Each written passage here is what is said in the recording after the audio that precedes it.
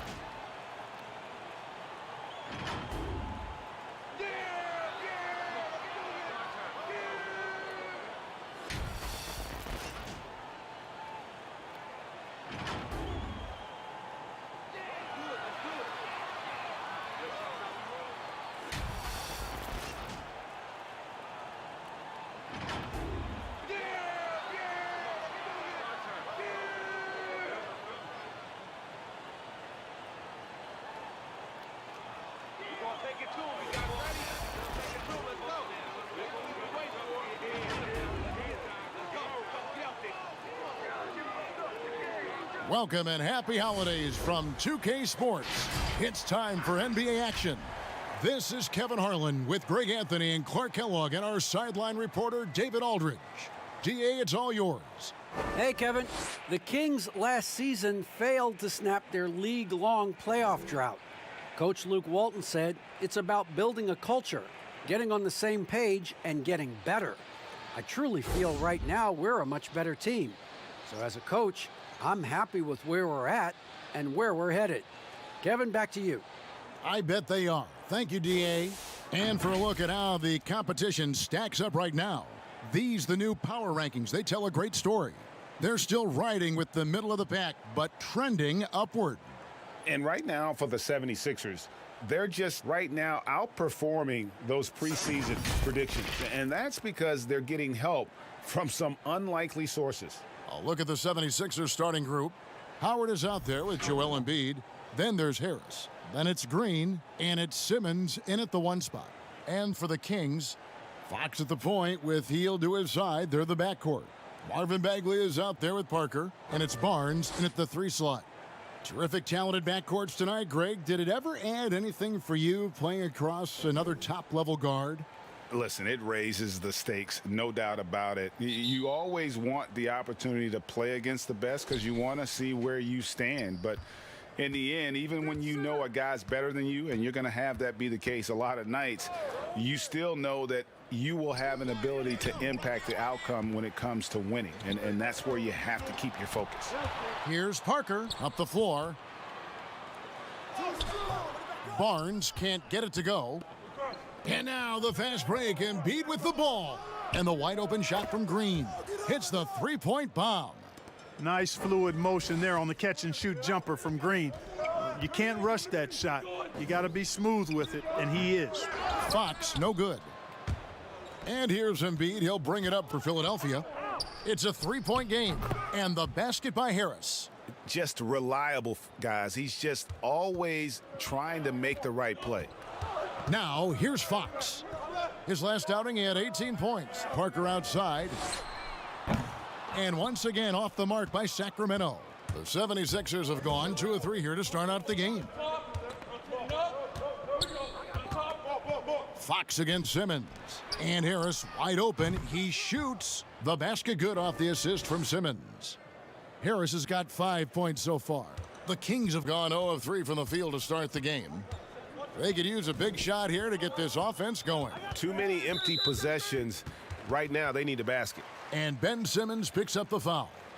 That is his first foul of the game.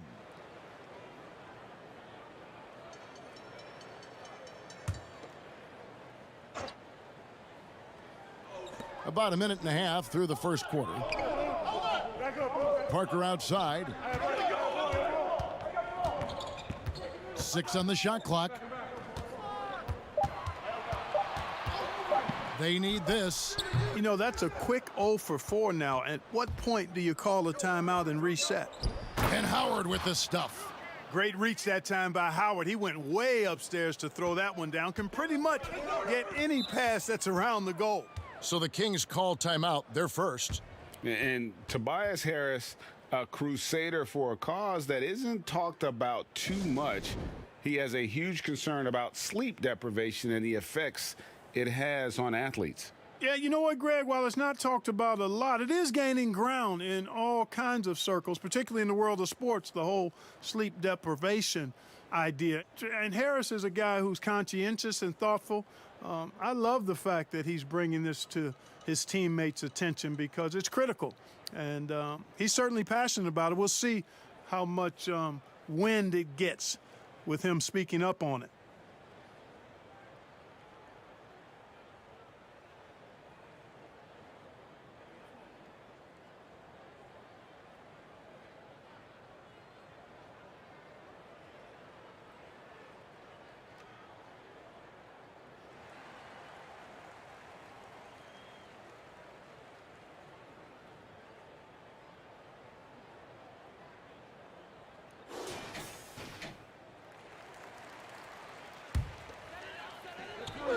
We're just about 2 minutes into the first quarter.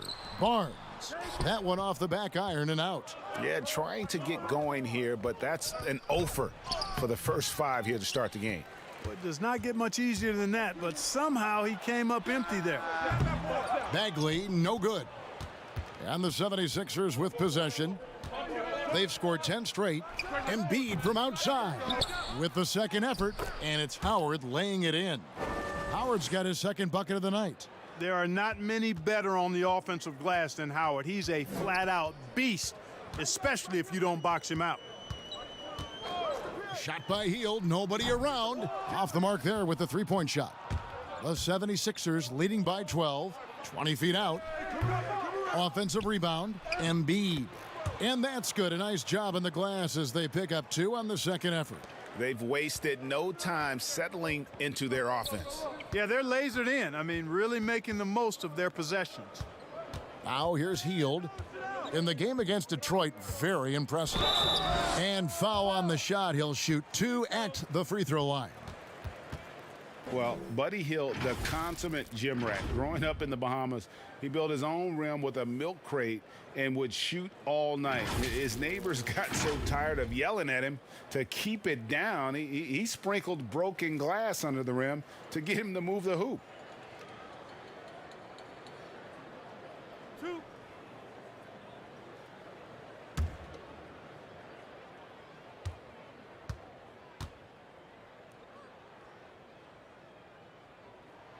Free throw drops for Hield. And Greg, they said Hield would wait until his mom fell asleep and then sneak out to play basketball. And when she came looking for him, he'd take off running. Yeah, he preferred to catch that discipline at home more so than in public. But growing up in the 8 Mile Rock, a tough neighborhood, his mom rightfully very protective. So he makes 1 of 2 as the second one misses. Greg, obviously, we're early on here. We already have seen some second-year players looking much more improved over their rookie year. I mean, if you put in the work, you're not guessing as much. And listen, the fact that you now have gone through the season, you've got a better sense of who you are and what you can do out on the floor. I know I cut way back on my turnovers at the start of my second year, and you go into the offseason with specific goals and areas where you want to improve. You think there's more growth between your first and second year than any other 2 years in your career? You could make that case, no doubt about it, because you're still thinking you can be one of the all-time greats no matter who you are at that stage, and so you tend to put in a little more emphasis in terms of improvement. Parker kicks to Heald, fires top of the key. Dwight Howard grabs the board. They've been sensational on the backboard to start this game. Yeah, sensational is a really good word for it. They're tearing it up on the glass. And stolen by Harris. There's Green with the three. Rebound by the Kings. And this is the first season matchup for them against this 76ers team. And with this matchup being an East versus West affair, it'll be the first of only 2 meetings between the teams. And, you know, there's always a bit of a feeling out process in that first game between opponents. A lot different than when you've played a team you're familiar with. Simmons passes to Harris. And slam dunk by Harris. Displaying intensity right off the opening tip, especially on the offensive end. Tell you what, forget about easing into the game. They came out with guns blazing. Now here's Bagley. A 14-point game for him in the win against Detroit. Yeah, but he was also a force on the defensive side. 2 block shots and also altered a ton of shots. And the lack of effort to fight over the screen there makes that an easy shot. Well, I'm going to credit the screen. I mean, that's a good, strong pick he lays there. And Embiid is right there. Boy, that long reach of Embiid's paying dividends there, guys. An absolute machine on the offensive glass. Loud pass to Bagley and finished off by Bagley. Yeah, great timing there. Bagley gets off the ground so quickly, gives the defense no chance to react. Now here's Embiid. He had 16 points in the win against the Hornets in Charlotte. And of course, you cannot forget just how dominant his shot blocking was in that game. Just changed the entire complexion of that game. Now a timeout called by Sacramento. You know, Greg, we can all agree that Joel Embiid's a superstar in the league with his play, but you get the feeling he's the most criticized superstar in the league right now as well. You know, pundits and fans have questioned his fitness, his fit, but at the end of the day, he does get it done, and the numbers speak for themselves. Embiid's an outspoken guy, which can invite a lot of criticism. Some changes for Sacramento. Whiteside's checked in for Jabari Parker, and Bielitsa in for Harrison Barnes. And Philadelphia also making a switch. Seth Curry, he's checked in for Danny Green. Now, here's Fox. Clock at 6. Right side Bagley. Here's Whiteside. And Philadelphia grabs the miss. Harris has got 5 rebounds tonight, and it's blocked. And now Sacramento on the break. 3-pointer Heald. Another miss for him, now shooting 1 for 4 from the floor. Not really his best quarter as far as scoring. Let's see if he can eventually get back on track. Their play on both ends has been superb. We'll see if they can maintain the momentum. And, you know, nothing like getting an opponent on the ropes early. You love that if you're on that side of the scoreboard, and they are landing some haymakers now. Philadelphia leading by 15, and Curry has it in the corner. Basket is good, the assist from Harris. Curry's got 5 points so far. Yeah, second chance points, a huge issue right now. They're getting steamrolled inside. Well, guys, nobody's boxing out. I mean, I could go out there and get an offensive rebound. They're just watching. And if you're the coaching staff, that's unacceptable. Now Simmons, after the missed 3 from Buddy Hield, Curry gets the bucket. And off to an incredible start here early from long range. Lighting it up from outside. Hard to keep up with this. Hield outside.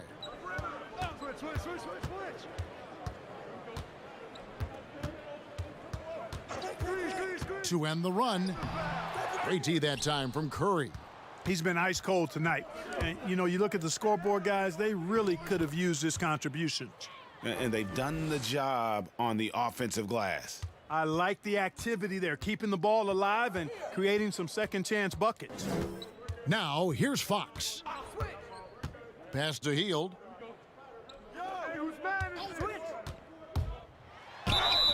And he gets the whistle. 2 free throws coming up. That one on Embiid. Greg, you were a feared ball hawk in your playing days, and I know you see similar players playing today. No doubt about that, Kev. You know, Ben Simmons, a player at 6'10", with those hands. He's incredible to watch on that. And how about Fred VanVleet, though? He's a guy, they say he's 6'1". I don't know. But he gets into you and competes, man. And that's the beauty of our game. You know, you can be as big as the trees and have a major impact, or you can be one of those little fellas, as they like to call us, and be equally as effective on the floor. Like the Chris Pauls, the Patrick Beverleys, there are a lot of those guys that play the ball like you did so well. Yeah, right. Great players. Here's what Sacramento's going with right now. Rashawn Holmes, he's checked in for Marvin Bagley. And Halliburton subbed in for Fox. And then for Philadelphia, Poirier's checked in. And Bradley's subbed in for Dwight Howard. And so he makes both from the line. Clark, we know guys like LeBron and Michael Jordan will look for any perceived slight as a form of motivation. Was that something that you ever did as a player? You know, Kevin, I really didn't go down that road. Now, had I played longer at the NBA level, I had a very short NBA career, maybe I would have approached it that way. If there was a slight or if there was a player that gave you trouble and you needed to get back at him in some way, sure, you'd be motivated by that, but I don't know if I was hunting for bulletin board material. I sought to be intrinsically or self-motivated from the inside as opposed to looking for outside influences to move me forward. And the Kings making a change here. Joseph's checked in, and Seth Curry is going to pick up the foul. That is his first foul of the game.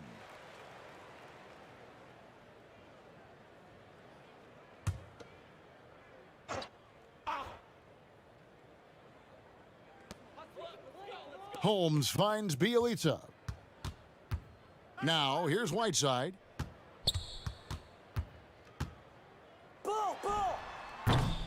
Again, the miss by the Kings. The fadeaway was the right shot there because it got his attempt away from the defender, but the touch was poor. Looking at the last game for Sacramento, it was a win against the Detroit Pistons, and it's blocked by Bradley.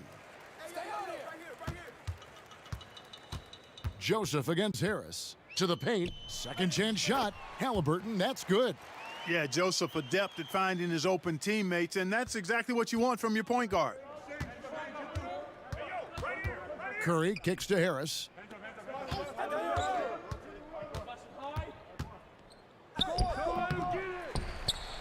Here is Whiteside.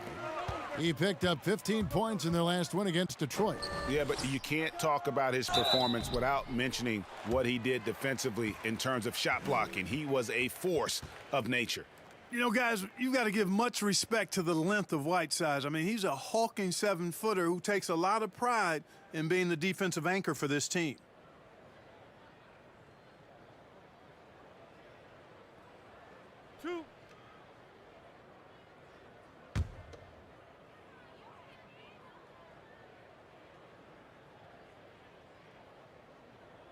That free throw, no good.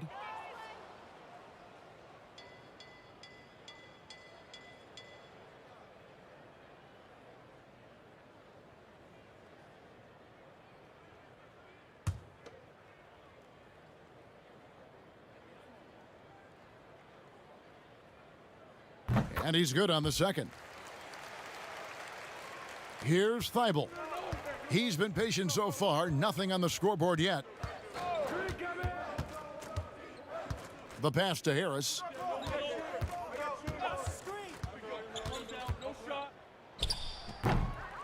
Here's Poirier. And in front of you now is a list of the players with the highest shooting percentage last season. The fourth spot held by Hassan Whiteside. Put the ball in the bucket. I mean, that's the name of the game, right? I mean, just ask him. He'll have the answer for you.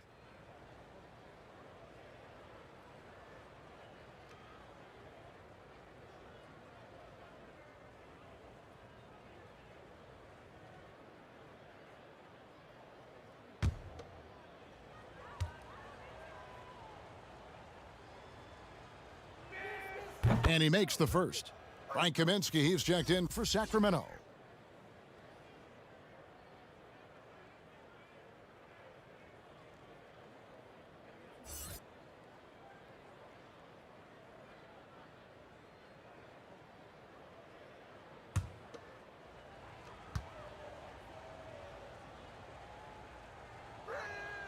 That one falls, so he hits both of them. The Kings trail by 19. And here's Halliburton. He had 13 points in the win against Detroit. Joseph looking over the floor. It's Bielitsa. Sacramento again missing. Philadelphia's gone 3 of 6, 50% from deep so far tonight. Harris's shot is good. Defensively, they've got to pick up the intensity. Hard to win surrendering this high a field goal percentage. Yeah, you've got to turn up the dial on the intensity at the defensive end if you're them. I mean, it's still early, but I agree with you. Here's Halliburton. Another shot. It's hauled in by Harris. Harris has got 6 rebounds in the game. The lob to Bradley. Throws down the alley-oop slam. A precision passer, Curry, also excellent at seeing his guys when they're open. Bounce pass, Joseph. Harris against Bielitsa.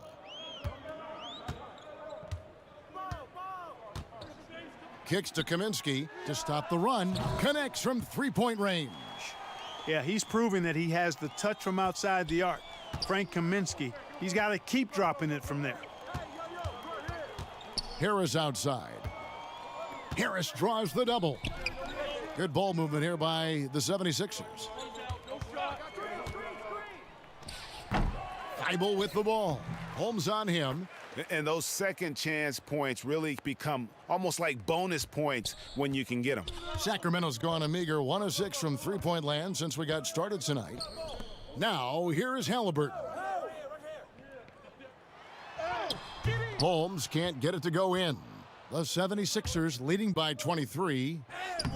Rebounded by Holmes. And you can see the defenders afraid to kind of get in his way a lot of times when he's on his way to the basket.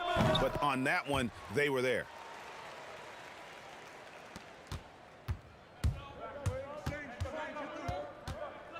Harris against Bielitsa.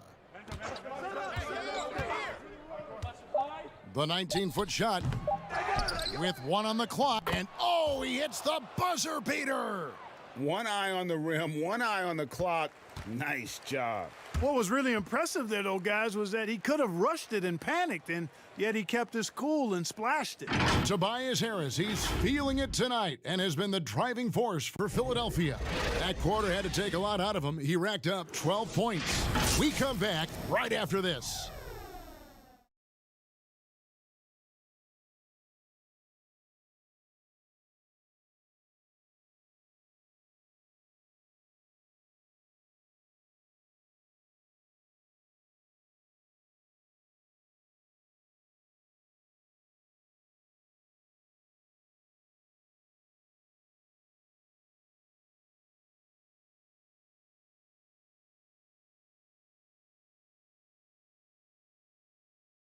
And we spoke with Joel Embiid earlier. He hopes to set an example for those who want to follow in his footsteps.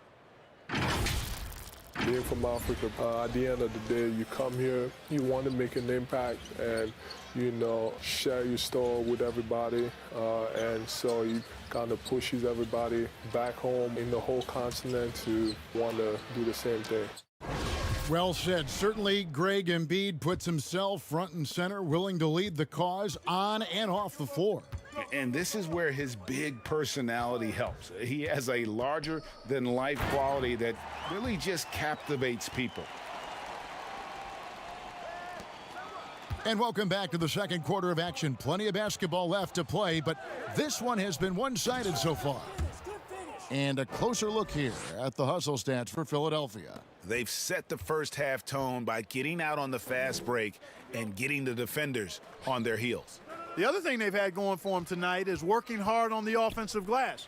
They've had a number of putbacks. And so in the game for the 76ers, we've got Bradley. Matisse Thybulle's out there with Curry. Then it's Green, and it's Poirier in at the 5, roaming the paint. Reggie, we hear this a lot. It's almost too popular now to say good offense beats good defense. Being a defensive-minded player yourself, do you agree with that statement? Absolutely, Kevin. And the thing is, in today's game, when I played, there was an era, you know, you could hold teams in the 80s and 90s. You could go a quarter and keep them at 12, 15 points. You can't do that now. It's different. You've got to be able to win stretches of 2 and 3 minutes.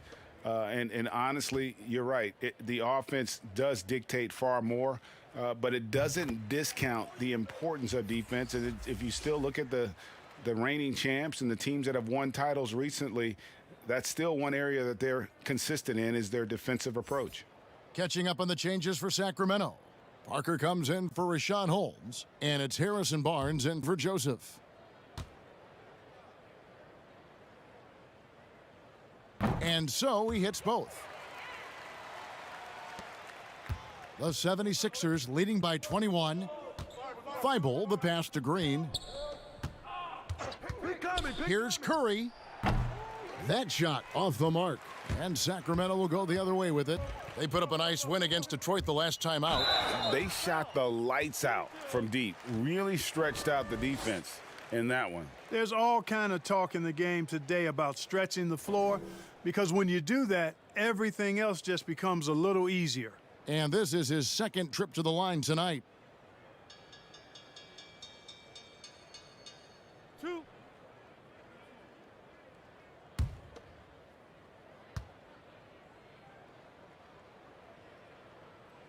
First free throw is good. And guys, this is the way to stay in the game. They're doing a masterful job from the line. Perfect this quarter.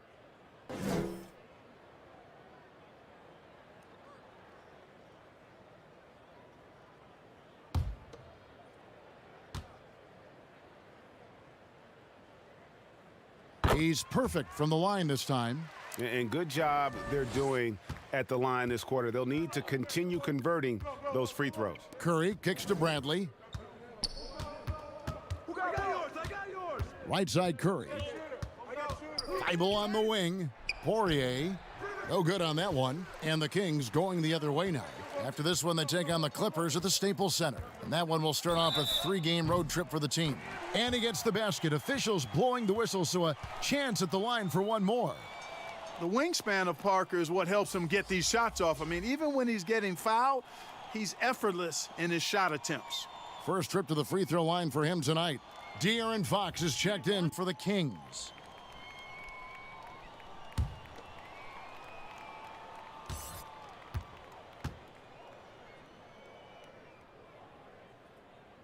I like Parker's versatility. He can play both forward positions, in part because he's so long and big, and he's got excellent mobility. Green kicks to Thibault. Here's Curry. And the basket for the 4th time from the field. He's a healthy 4 for 6. They've been going to him an awful lot this game, and you can see why. He's pouring it on. Fox deciding where to go with it. Out of bounds, Philadelphia takes possession. And getting to the free throw line more and more. GA awfully tough to stay in front of De'Aaron Fox. I mean, he's just got to knock him down, though. I mean, a free throw percentage, I think he can and will improve upon. Fox against Curry. Not going to go that time. Good work defensively by Fox. Here's Halliburton. Trains the three-pointer. Halliburton's got 7. Yeah, this looks like a pregame shoot-around with all the threes they're allowing. Curry against Fox. Fires for 3. Another miss by Curry. The Kings trail by 14. From downtown, that's good from Fox on the assist by Kaminsky. Fox has got his 2nd basket of the game. And the D has gotten a little bit laxed here defending the triple. Green kicks to Bradley. Philadelphia moving the ball around. Back to Green. Wow, drew the contact, and that 3 almost went in, so he'll go to the line for 3 free throws. It's on Jabari Parker. And you talk about the perfect veteran wing player. Danny Green's right at the top of that list. Solid defense, good shooter, and plays within himself.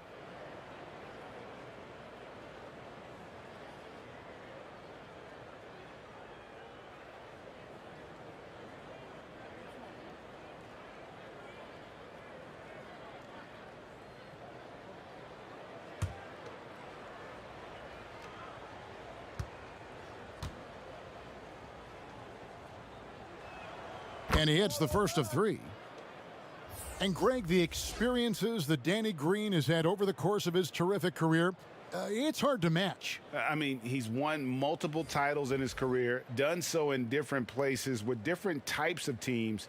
He's seen it all and knows what it takes to succeed. Bagley, he's checked in for the Kings.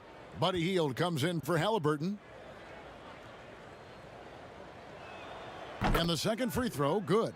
Well, you know, the value of Green's career experience cannot be overstated. Those intangibles are extremely valuable. He has shared locker rooms with some of the best players in the NBA.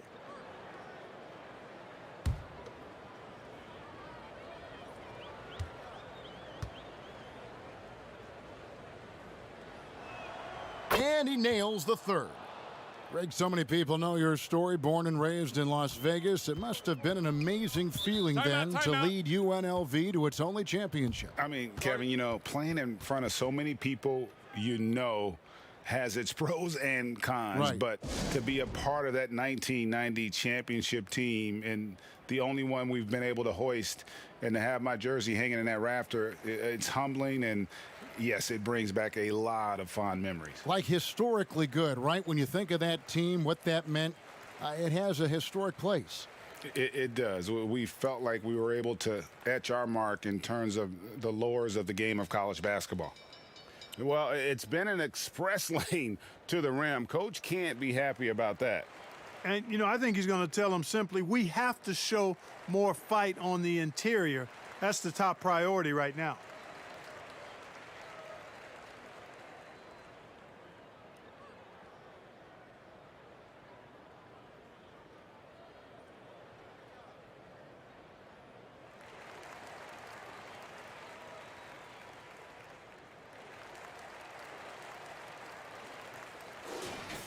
And now that we have a chance, let's show you the NBA's top thieves. This is the list of this month's steals leaders. Ben Simmons, number 1. Really been fantastic defensively this run for him. He's had more than his share of steals, and now he's looking to get more. Here's Fox. The three-pointer, no good. They have been board dominant in this game. That's definitely been a factor in crafting this huge lead. And it's been a well-rounded performance. I mean, strong rebounding has certainly been at the center of it, but it's been good on a number of levels. And keeping us updated from the sideline, let's swing it over to David Aldridge. Hey, Kevin, it's a misnomer that in the era of three-point shooting, people don't want anyone to take mid-range shots. Many of the league's elite players still thrive there. Kawhi Leonard is one, and he explained how. He said it's hard to defend guys that shoot twos. Once you get to the playoffs, it becomes a half-court game. Teams won't allow you to take wide-open shots or threes. Guys, back to you. DA, thank you. And almost 4 minutes gone here in the second quarter of play. And Embiid has got the ball here for the Philadelphia 76ers. The biggest lead of the game was 24 points. And this is what Seth Curry is out here to do, able to score in a lot of different ways. Fox kicks to Hield. Up top, Bagley. Hield outside. That one a tad offline to the right, but drops in for him. Hield's got 7 points in the game.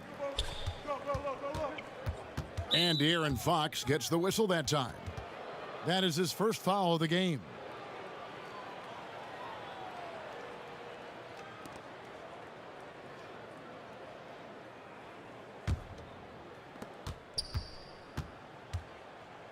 Now Simmons, a 20-point game for him in the win against the Hornets in Charlotte. And even while he was piling up all those points, he still found a way to create chances for his teammates. The assists just kept on coming. Nobody near Barnes. Drills it from outside. And they're getting their points now almost exclusively from the triple. 4 of their last 5 makes are from beyond the arc. It's hard for me to watch this. I mean, the defense practically giving them those shots. No good on that one. Great D that time from Bagley. 3 on 3. Good chance here for Barnes. And Philadelphia grabs the miss. They defeated Charlotte in their last game. Mental toughness on the road. The arena was rocking, but they just got down to business and never let up. Well, you know, it takes character, poise, toughness to win on the road, and that's exactly what they showed last game. And that bucket adds to what has been a big difference in points in the paint between the two teams. Yeah, it's really been quite a contrast. I like the way they're attacking the middle at their offensive end. From 20 feet out, he can't get it to go. And it's Philadelphia the other way. Right side, Simmons. Shooting foul as the whistle blows. He'll shoot 2 free throws. And you rarely see the vision and playmaking of Ben Simmons in someone that size. That you can put him up there with Magic, LeBron, and Penny Hardaway in terms of those taller playmakers. Yeah, you're spot on there, Greg. I mean, he's unique, really unique and gifted in that regard. And with all great passers, there are a couple of things they do well. One is they see a play or two ahead. They anticipate and throw the ball where it should be going, anticipating that. And the other thing is the timing with which they make their passes. It's usually right at the right time and the opportune time for a teammate to score on the catch. You look at Ben Simmons, and it's easy to compare him somewhat to LeBron James because he's a walking triple-double threat every game, and quite honestly, I think he's only going to get better, especially if he adds a jump shot. Whiteside's checked in for Parker, and Simmons drops them both. And what a factor Ben Simmons is on the floor. Does so much for this team in every facet of the game. He's a triple-double threat whenever he suits up. What's the roll? Harris against Barnes. And the shot goes down. Barnes has got his second bucket tonight. Boy, strength and body control on display there from Barnes. I tell you what, he's got a competitive spirit to him. He doesn't want any defender to get the better of him. Simmons finds Green. Here's Howard, and they convert at last on attempt number 3. Howard's got 8 points. And a big lead for them on both the scoreboard and the backboard thus far. Yeah, rebounding has been a big key in this one. They've asserted their will and have taken control on the glass. Barnes can't get it to go. And sometimes people forget just how young Ben Simmons is. Oh, my goodness! Oh, yeah! What a play!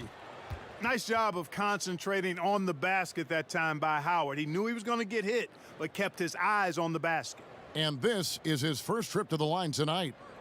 And not the guy you want to see at the line too often. Season numbers has him in the bottom tier of the league. You know, guys, when you look at those numbers last year for him, I think it does affect how much you're willing to go after contact because you're a little fearful of getting to the foul line unless you're in the and one situation. Too many trips to the line when you shoot it as poorly as he does actually can hurt you. Yeah, nice job of drawing the contact and creating opportunities at the line. My kind of hoops. Straight ahead, playing downhill, and physical. And that's not easy, but Hield is an effective scorer who's capable of finishing through that kind of defense. Here's Harris. And Embiid throws it down. Nice job clearing some space out under the boards and setting himself up there for the putback. And not just any old putback, Clark, but a big, big foul. You can't be pretty, though, with those second chance opportunities. I mean, just put it in the basket. And Howard with the stuff. Yeah, they call him Dancing Danny Green, and you can see why. Excellent offensive instincts there. Hield bounce pass. Here's Bagley. And it's sent back by Howard. Here's Embiid. 2 free throws coming up, and they call the shooting foul. That one is on Hield. And how about the defensive impact Embiid has on the floor? He's a great rim protector who can swipe an errant pass every so often. Yeah, I agree with you, Greg. I mean, he's just so big. He's mammoth. I mean, he's not only tall and long, he's deep, too. He's a thick guy. So he's an excellent rim protector, discourages inside attempts at a high rate, clogs up the paint. That length is a huge asset. And then his foot movement, his agility for a guy of his size is pretty impressive, too. The first free throw is good. You know, Embiid has a very similar story to Tim Duncan's. I mean, the Cameroon native did not start playing basketball until later in life. Now he's one of the very best in the game. Here's what Sacramento's going with right now. Rashawn Holmes, he's checked in for Marvin Bagley. And it's Bielitsa in for Harrison Barnes. And good on the second, so he makes them both. Here's Fox. He's got 5. Healed outside. For the 3. Rebound by the 76ers. Howard's got 6 rebounds in the game. And you know what? He's just not on his game, no doubt about it. Their deficit isn't totally on him, but he has not been an asset for his team. And contact on the shot, so he'll be shooting free throws here. And now a look at the upcoming schedule for Sacramento. On Wednesday, they'll be playing against Lou Williams and the Los Angeles Clippers. Then on Friday, they'll be facing Drew Holiday and the Milwaukee Bucks. And Kevin, I think you have to look at this as an opportunity to take a step forward. Sometimes tough road trips can bring the best out of a team and bring you closer together. And the first one at the line is good. And very quietly, Hield is one of the best three-point shooters in our league, as dangerous as they come.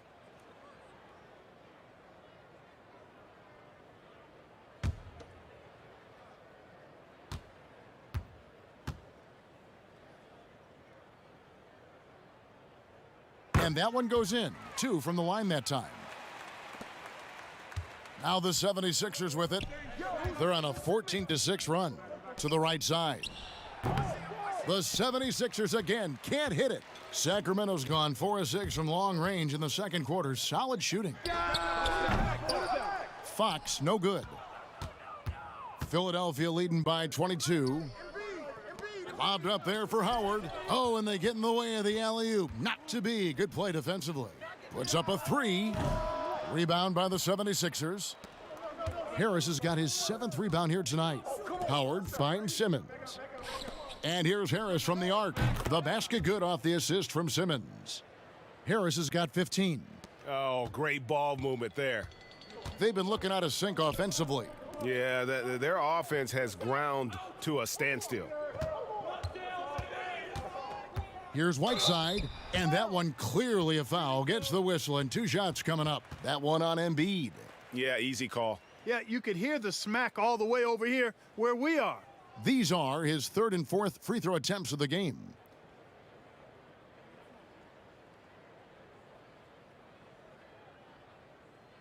Two shots.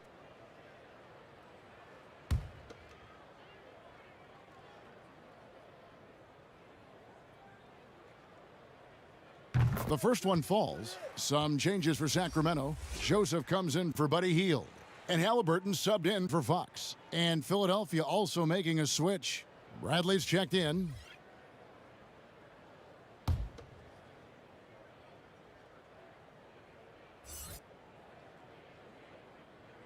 And both free throws good from Whiteside. And here's Simmons. He'll bring it up for Philadelphia. Passes it to Harris.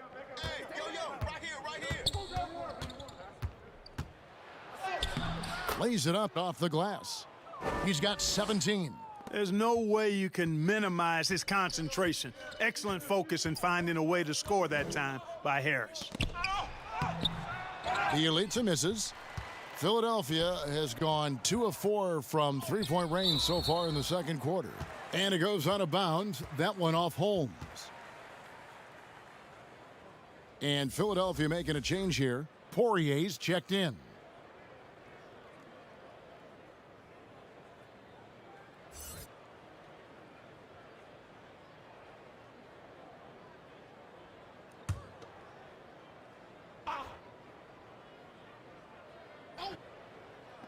On defense, the Kings. Thibault with the ball.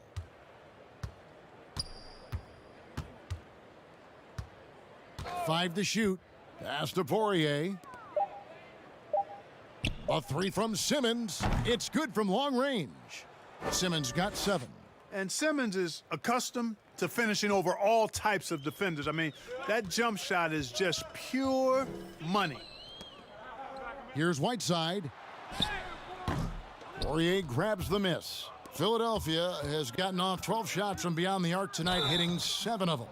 And Clark, how about the 20th pick back in that 2019 draft? Matisse Thybulle, fantastic defensive specialist who has an evolving offensive presence as well. Yeah, you're right, Greg. His defense is really outstanding and NBA ready from the day he got into the league. He'll improve on offense. You know that. He'll work at it, and he'll get better. I think he has tremendous instincts on and off the ball. Great length and speed and athleticism. He's a terror defensively.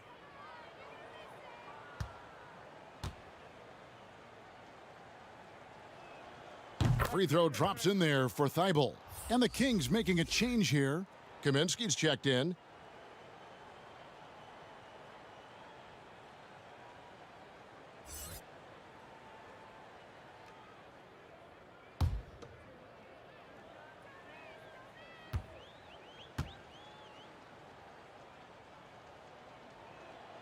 And that's good as he hits both of his shots. Sacramento's gone an even 50% from three-point range in the second quarter, 4 for 8. Here's Halliburton. And oh boy, a lot of contact there, but he gets the call and will shoot 2. And checking out the numbers for Joseph, how he performed last season. Last season, he averaged 6 points a game, 3 assists, and 2 rebounds. And there isn't much to write home about with his numbers. I think he'd like to up his contributions. Yeah, but you got to earn that chance. I mean, you get what you earn. His numbers are fine, but he's not going to get a lot more floor time unless he turns it up a notch.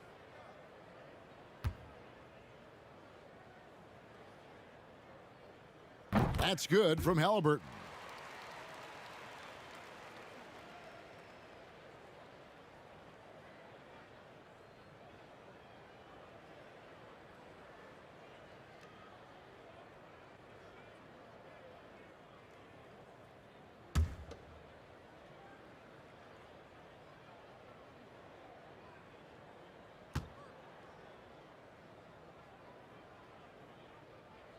Both good from the line that time.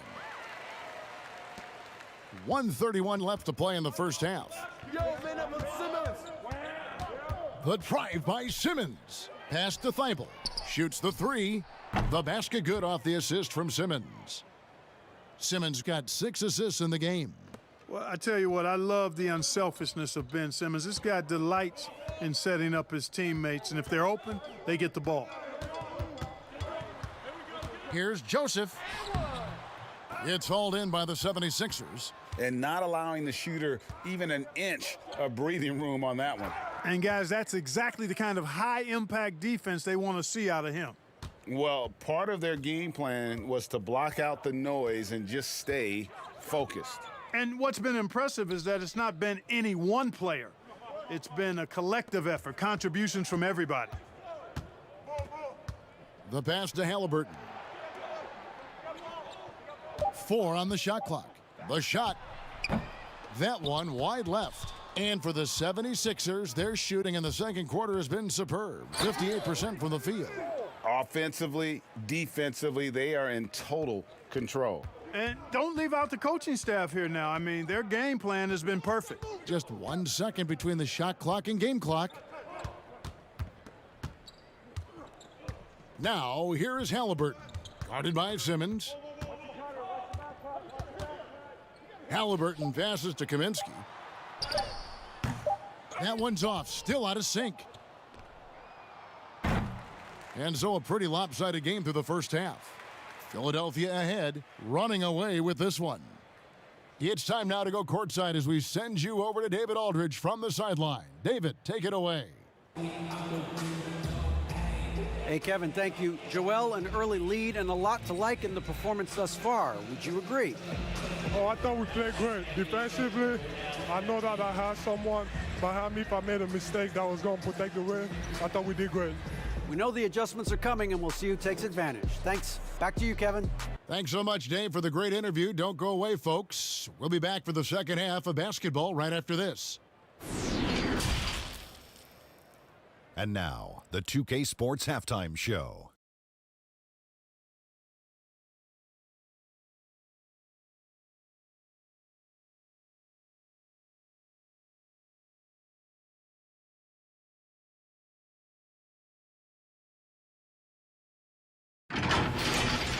What a game it's been for Tobias Harris.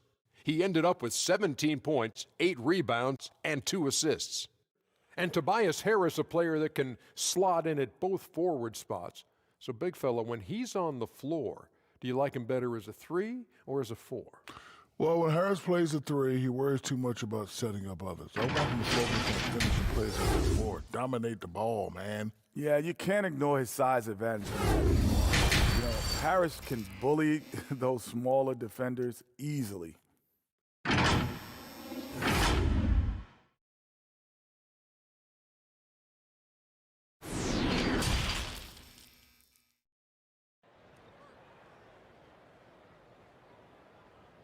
And with the second half upon us, we'll find out if this game becomes the route that it's threatening to be.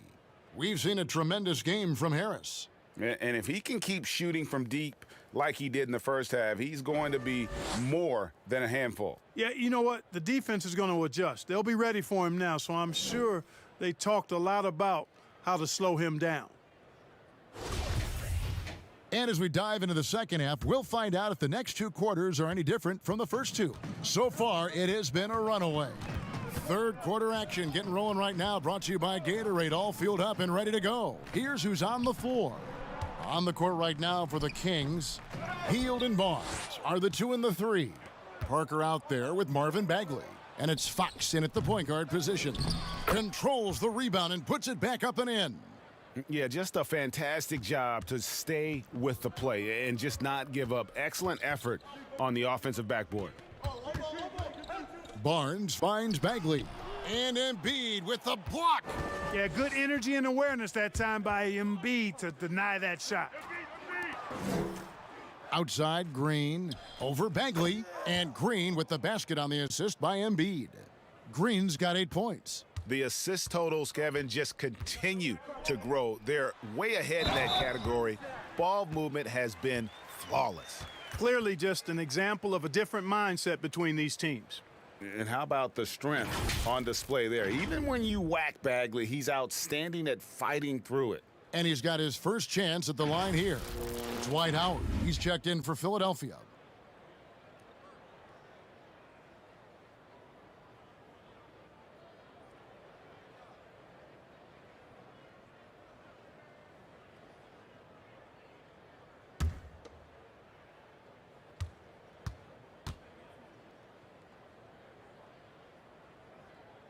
And the game Bagley has reminds me a little bit of Chris Bosh, a sweet lefty who plays with force and passion.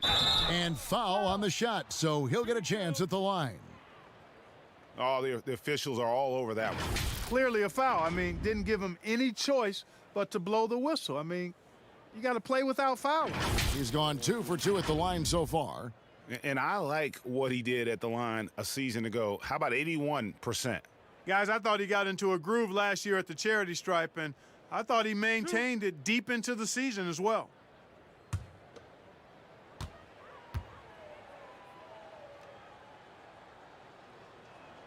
And he knocks down the first one.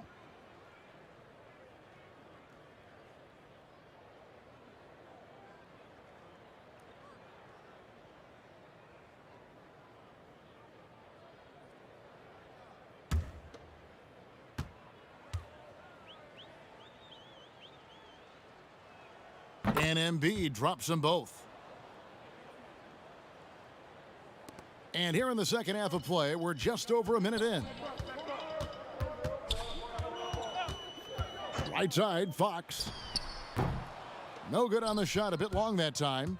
And the well is running dry for him right now. Nothing falling. And, you know, you can sense his frustration. This is going to be a test of his resolve here. Fox against Simmons. Back to Fox. It's stolen by Green.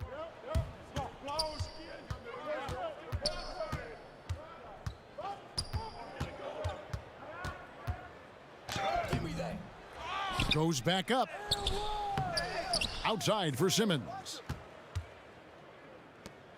Some nice ball movement here by the 76ers. A nice shot by Embiid. Embiid is a very assertive player, a player who fights the defense on these contact finishes and does so with confidence. Passes it to Barnes.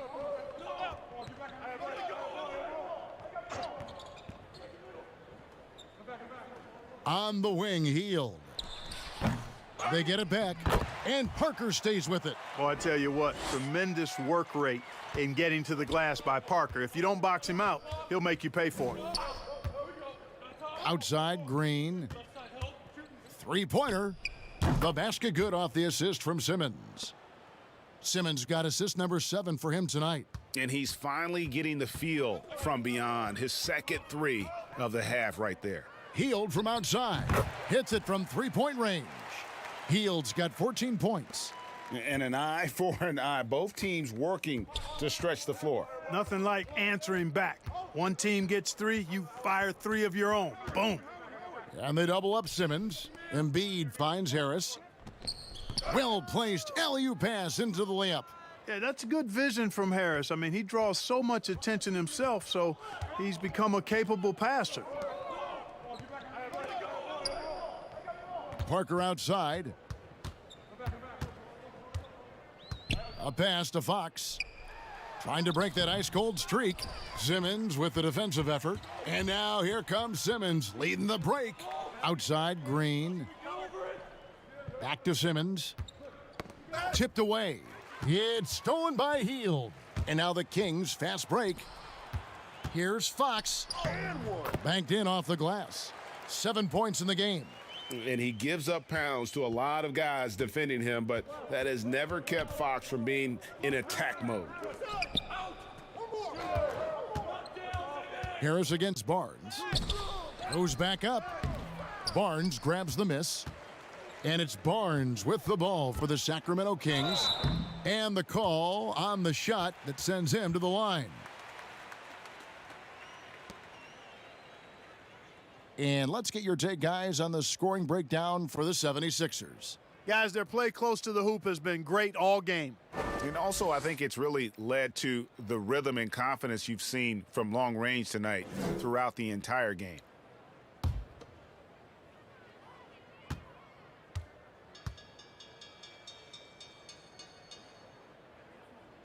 Free throw drops for Hield. Curry's checked in for Philadelphia.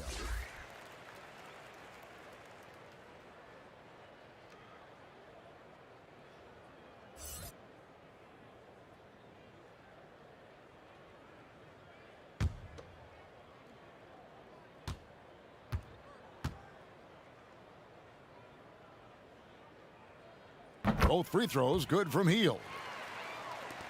Philadelphia's gone 2 of 3 when they ventured outside the arc in the third quarter. Simmons passes to Harris. The 76ers with another miss. Very dangerous to leave a guy like that open. Lucky break there for the D. And they've won the rebound battle so far, and it's translated to the scoreboard. Well, the effort level they've had has been outstanding. Hard to keep a team down when they play with that much energy. Now flying high and throwing it down with the one-hander. One of his favorite moves right there, guys. Does it as well as anybody, fellas. Tremendous skill while in the air. How about that mobile one block we just saw? Amazing defensive work. And read the play perfectly. Gets himself in the air at the right moment. Terrific denial. Whiteside's checked in for Parker. Now here's Simmons. 9 points in the game so far. Harris outside. Shot on the wing. Doesn't get it to drop for him. Good D by Barnes. To the inside. And it's Barnes slamming it down. Nice seeing Barnes go for that dunk. Always looking to finish with power at the rim. That's how you're supposed to do it. Fox against Simmons. Back to Embiid. Harris trying to get free. And Embiid, the bucket on the assist by Simmons. Simmons got his 9th assist in the game now. Fox against Simmons. And there's the call on Tobias Harris. That's his first foul. Bradley's checked in for Philadelphia. Matisse Thybulle comes in for Tobias Harris.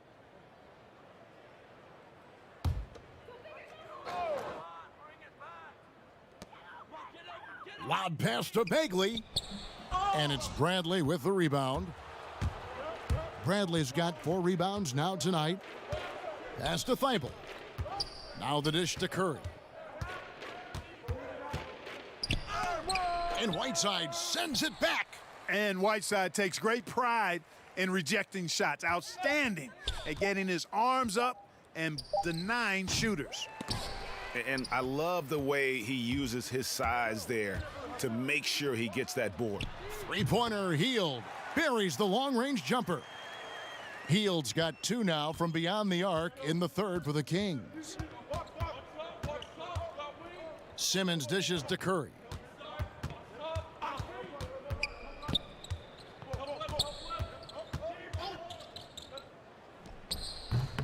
And it's Hassan Whiteside with the rebound. Whiteside's got 6 rebounds now in the game. Here's Barnes. Curry with the defensive effort. Philadelphia's gone 2 of 3 when they ventured outside the arc in the third quarter. Bradley kicks to Simmons. Puts it up from 15. And that one hits back iron. Kings have gone 6 of 14 since halftime. A little cold from the field. And then Hield with the dunk. An unselfish guy who enjoys setting his guys up. Bagley has impressive vision for a big fella. Simmons passes to Thybulle. Misses the 3. On offense, here are the Kings. They're on a 14-6 run. Here's Fox. Off target from 3-point range. You know, after connecting on 1 3-pointer in the first half, he hasn't netted another one since. Boy, just cannot buy a bucket, guys. And tell you what, that's a painful quarter for him, and it's painful for me to watch, too. Well, they're really making a point of keeping the ball moving around. That's the key. The D can't focus on one player, and no matter what anybody tells you, that ball will always move quicker than the defender. 3 trips to the line so far for him in this one.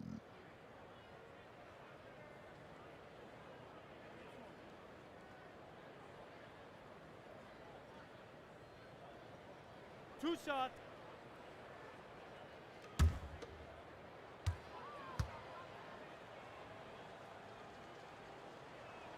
First one falls for him. A big group substitution here for Sacramento. Rashawn Holmes, he's checked in for Bagley.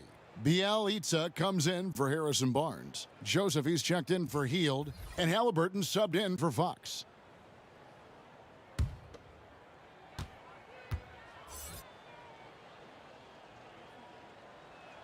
And Embiid drops them both. And if they continue, Kevin, their outstanding free throw shooting, that'll help them seal the deal. Yeah, they've not missed a single foul shot this half, and that's taking care of business, fellas. Halliburton passes to Whiteside. Good ball movement here by the Kings.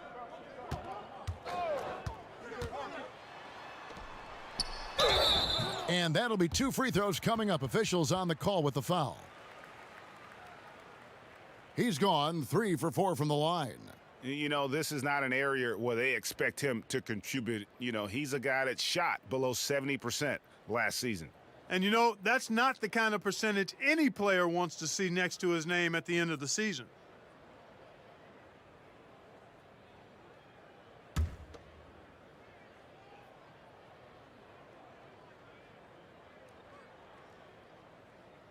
And the first one drops. And even though they're down, they are putting on a show at the free throw line. Yeah, they're making the most of their opportunities at the stripe, and they'll need to keep it up to take the lead. The 76ers making a switch here.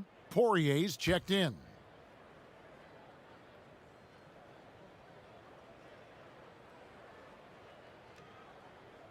And both free throws good from Whiteside. Here's Curry. He's got 14.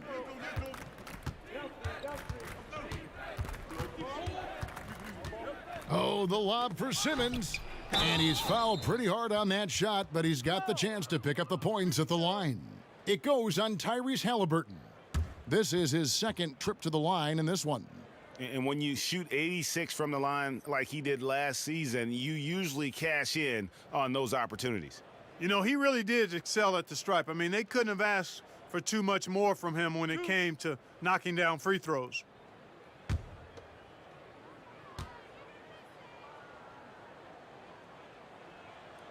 No good on that one.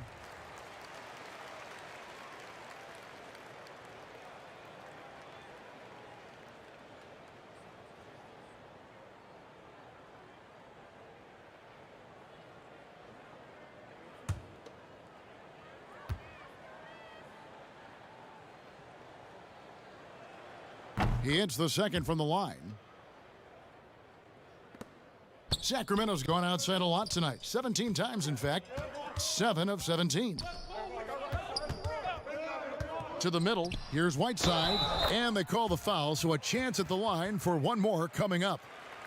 Great job of screening there. Nice job to take it to the rim and get the finish. He shot 5 of 6 at the foul line.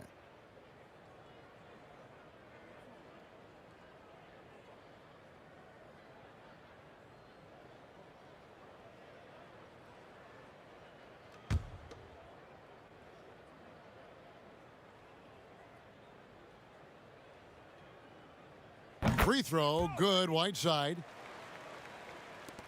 Philadelphia's gone 2 of 5 with the three-point shot since coming out of the break. Simmons finds Curry.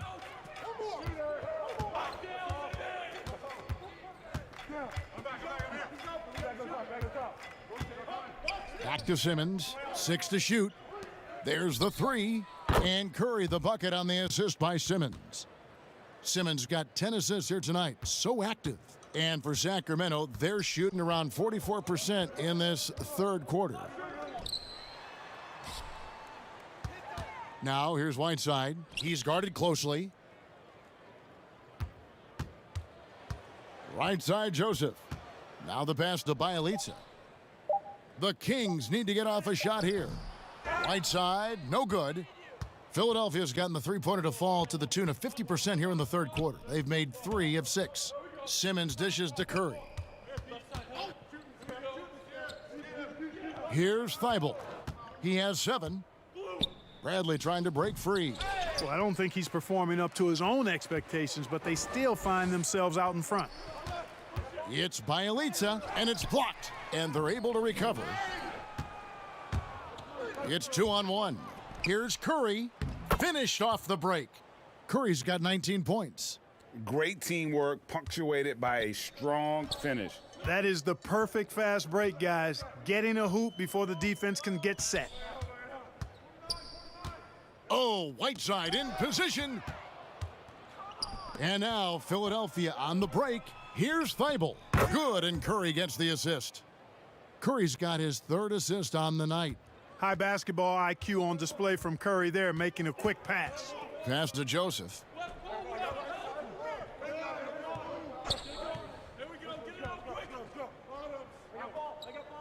There's 1:40 left in the third. Out to the right wing. Shot clock at 6. Bielitsa misses. And for the 76ers, they're shooting 44% on their field goal attempts in quarter 3. That's their 3rd straight make off an assist. Sacramento's gone outside a lot tonight. 17 times, in fact. 7 of 17. To end the cold streak. Oh, and he blocks it off the glass. Wow.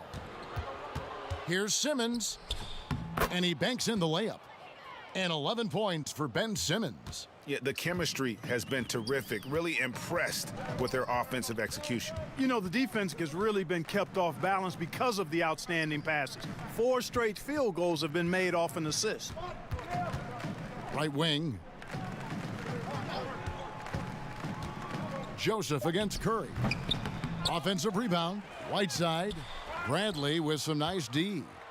Boy, you can just see the frustration growing on their faces. Nothing going their way. You know, guys, no denying it's been a rough patch here. I think they've got to run whatever is best in their playbook to get a good shot. Pass to Whiteside. Whiteside missing again. Nothing seems to be going his way this quarter. To me, it appears he's starting to lose his composure a little bit. We'll see if he can regroup and get back into a better rhythm. Hey, whatever adjustments they made at halftime, they are working to perfection. You know, they came out of the locker room, revved up the gas pedal, and haven't slowed down yet.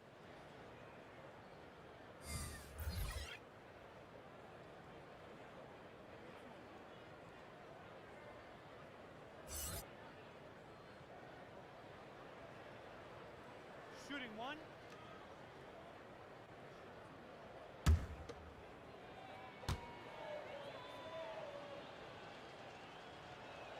That free throw good from Bradley.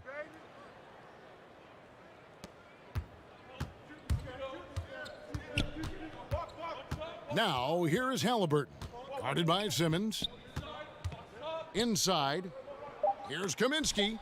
It's deflected. Out of bounds. Kings ball as Sacramento keeps possession.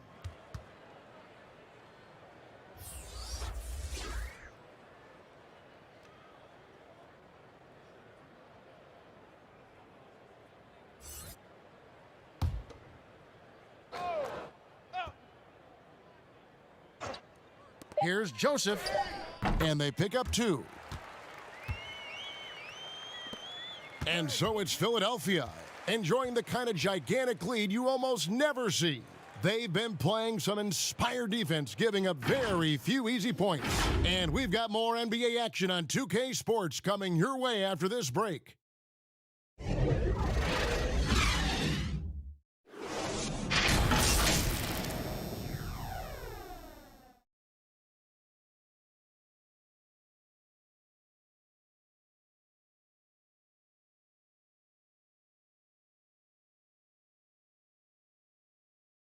And while we can now, let's take a look at today's State Farm assist of the game. And how about the big fella here showing us he's got some point guard skill here with the tremendous setup. Hey, that was a high-level pass no matter what position it came from. But it does make it stand out a little more when it's made by the big fella.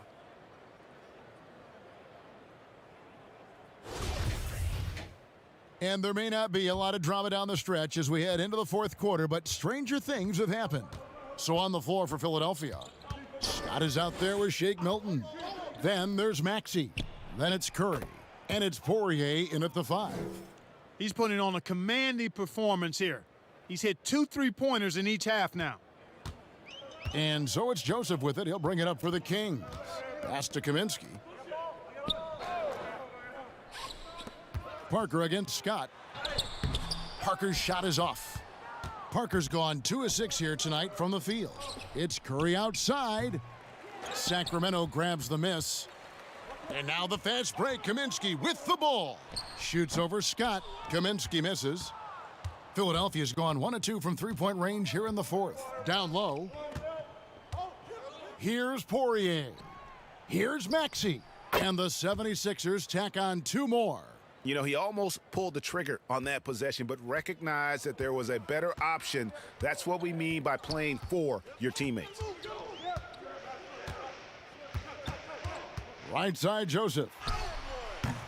He's off on that one. 76ers have gone 2 of 3 from the field to get the fourth quarter started. Maxey, they get the rebound. Scott can't get it to go. The Kings have gone 0 of 3 to start the fourth quarter. Left side, Joseph. Dishes to Parker. Over Scott. That misses off the backboard. And here are the 76ers now. Here in the fourth quarter, their defense has been very strong, allowing no baskets. No hesitation at all in transition, and they have a huge margin in that department. Fast breaks yield easy buckets, guys. They've made the most of their chances in that regard. The defense not able to get set. You get a running start to the rim, you should get a good number of scoring chances that way. Really like the chemistry and the connection Parker has with his teammates. He's really awesome at connecting and finishing on those lob passes. Curry looking around. 6 on the shot clock. Hilton the pass to Maxey. An absolute bomb from three-point range. Three-pointers are killing them at this point, and they haven't been able to respond at the other end. You know, the only way that's going to turn around defensively is by stopping the outside shot, not getting into a shootout. They're not going to out-shoot out this team. Halliburton, it's stolen by Curry. Uses the glass to finish the layup. Maxey's got 9 points in the quarter. Just giving up way too many transition opportunities. You know, it's okay to give up a few if you're getting them back on the other end, but that hasn't been the case here. From the wing, and again it's Philadelphia. Hey, he's so good at running to the right spot at the right time in transition. Seth Curry, somebody you've got to have an eye on in the open court. And we're about 3.5 minutes into the fourth quarter. Parker kicks to Joseph. Floats one up. Oh, that's blocked. Milton with it. He's picked up by Parker. Milton's shot is good. And that's 6 straight for him on fast breaks. Sacramento's gone outside a lot tonight. 17 times, in fact. 7 of 17. And there's the whistle. Illegal screen. A lot of big decisions have fallen on Adam Silver's shoulders, the commissioner of the NBA. And Greg, I think you and I agree, by all accounts, he has succeeded with flying colors. I mean, wouldn't you agree? No doubt about it. I mean, I don't know that you could have had a better person for the times. Adam Silver is to be commended, but I think also appreciated, not just from the players and the owners, but I think our fans should also appreciate who he is as a person. I've often said that commissioners typically work for the owners. He's the one commissioner, no matter the sport, that I've always felt like was a partner of the players as well. Here's Joseph shooting foul as the whistle blows. He'll shoot 2 free throws.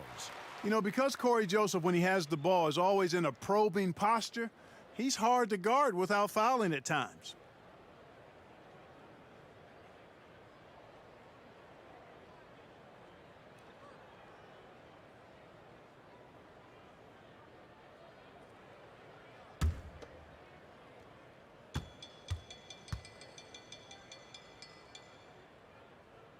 And the first one at the line is good. Yeah, you can just see it in Corey Joseph. He loves to hoop. I mean, he's a talented offensive player who also gets after it on defense. And the Kings making a change here. Barnes is checked in.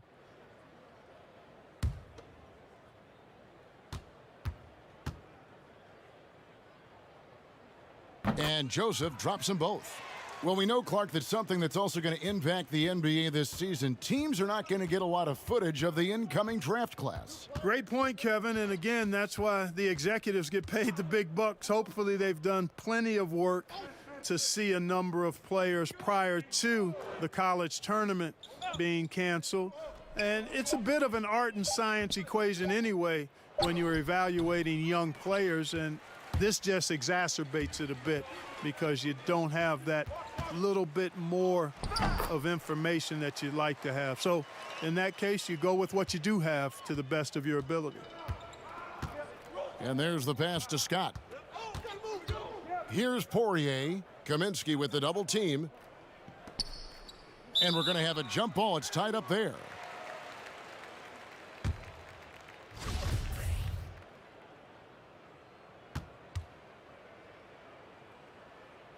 Philadelphia with the ball. Scott the pass to Maxey. Over Joseph. Off the left rim and out. The Kings have gone just 2 of 8 in this fourth quarter. The final quarter not treating them well so far. Robinson, that's good. You've got to have a good basketball IQ to be effective. I love the decision to kick it out. Now, here's Maxey. He's covered by Joseph. Passes to Milton. Over Robinson. A shot by Milton, no good. The Kings have gotten only 3 of their 9 field goal attempts to go down since the end of the third. Pretty cold down the stretch. Here's Medu. To the middle. Count it, number 5 from the floor this game. He's now 5 of 11. And you know what? He's shaking off the cold shooting performance from the first half. Maxey passes to Scott. Here's Poirier. The 3. That one, no good. And you don't want to give up that kind of look too often. Kaminsky kicks to Robinson. Clark, a simple way to let the players be heard were the phrases they had on the backs of their jerseys in the Orlando bubble. Yeah, I love the creativity of that, Kevin. Again, players being proactive and desiring to use the platform they've been given through basketball and their particular brands to speak to issues that resonate with them, issues of inequality and racial injustice, and to do so in a way that was unique and yet appropriate, I think is a win-win. I really do. Now, the conversation and slogans are important as a part of agitation, but now it's a matter of targeted, strategic action that can be carried out, not just by players in the league, but by all of us in our own circles of influence to effectuate change and make our world a bit better than we found it. And now you see them starting to really work the ball inside. Pass to Milton. And down it goes, jamming that one home. And one step ahead of the defense with that solid screen. And then, Greg, the monster dunk to finish it off. Boy, picture-perfect teamwork that time, guys. One guy sacrificing for the other. That's how you succeed in this league. Here's Barnes. Poirier grabs the miss. Philadelphia's gone 3 of 5 from beyond the arc since the final quarter's gotten underway. The shot by Milton, no good. Well, they'll be happy with that look, even though it didn't fall. You know what? That's a confidence shaker for him, though. I mean, that's a shot he expects to make every time. Pass to Medu. And here is Barnes. It's stolen by Milton.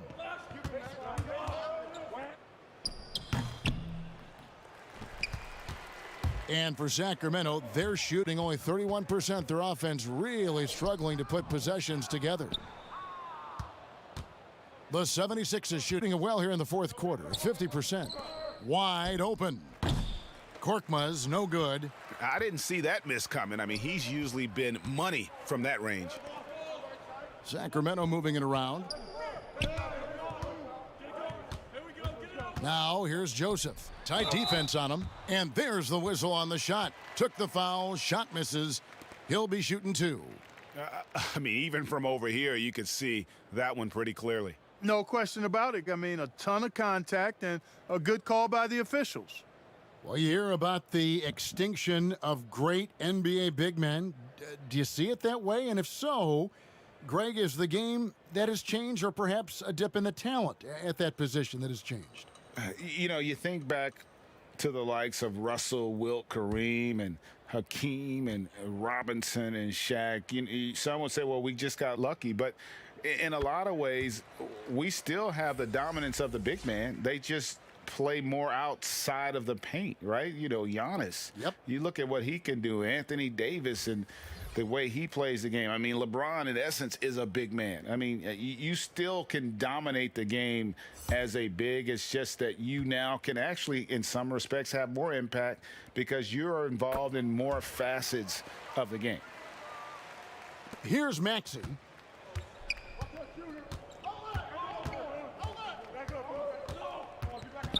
And the pass to Milton. There's the triple. Rebound by the Kings. Kaminsky's got 9 rebounds in the game. Getting it done. Robinson for 3. Sinks the three-pointer. Robinson's got a couple of three-pointers now in the fourth for the Kings. Philadelphia's gotten 3 of their 6 three-pointers to fall here in the fourth. And here's Maxey. And Clark, because of COVID, the timeline for this season has been altered. Are you ready for more summer basketball? Man, I tell you what, Kevin, I'm not sure. I've always been a proponent of the season being shorter at the NBA level. I know it's impossible. The toothpaste is out of the tube in terms of obligations on the media front. But I think the league would be better served starting a little bit later, ending sooner. If summer basketball has to happen at the NBA level, I would hope it's the last time we have to do deep summer basketball. I think it's more of a winter sport that trickles into the late spring versus being a summer game at the pro level. Confidence right there. Joseph comfortable stroking the ball as soon as it hits his hands. Passes it to Bradley. And he uses the glass on the layup. Defensively, you just can't afford to give these easy looks up. Just asking to get burned if you do. 1:33 left to play in the final quarter. Joseph, the pass to Robinson. The three-pointer off the mark. Philadelphia dictating the flow. Yes, and with this one winding down, it's obvious to everyone who watched it. Just a total mismatch and a true show of strength for Philadelphia. You don't see this kind of a blowout often, but tonight this is a quality win across the board to deliver out this kind of punishment. They definitely never changed the approach. They just kept after it and showed they were clearly the better team in just about every single category. And now, for the year, this is going to take them to 7 wins. And with the win approaching, they'll take the first game here of 2 that they'll play against this team. Nice to get that first one out of the way and set the tone. It sure is. It's just a 2-gamer since they're in opposite conferences, and you can bet they'll take the same approach right into game 2 that they had tonight. The one player that really stands out, of course, in this one, it was a dazzling game for Joel Embiid. Now, he was a problem on the glass today, relentlessly crashing the boards and came away with a bushel basket full of rebounds.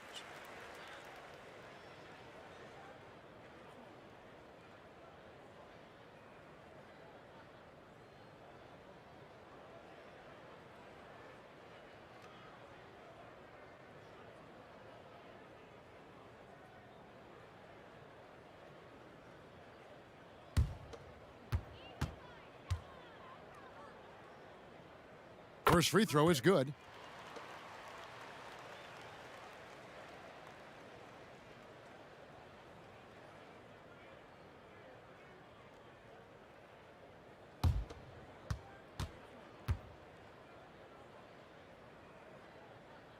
So he gets them both. Philadelphia dictating the flow. And they can just dribble the ball until the buzzer. Yeah, they got to be happy with the outcome. Now, Milton.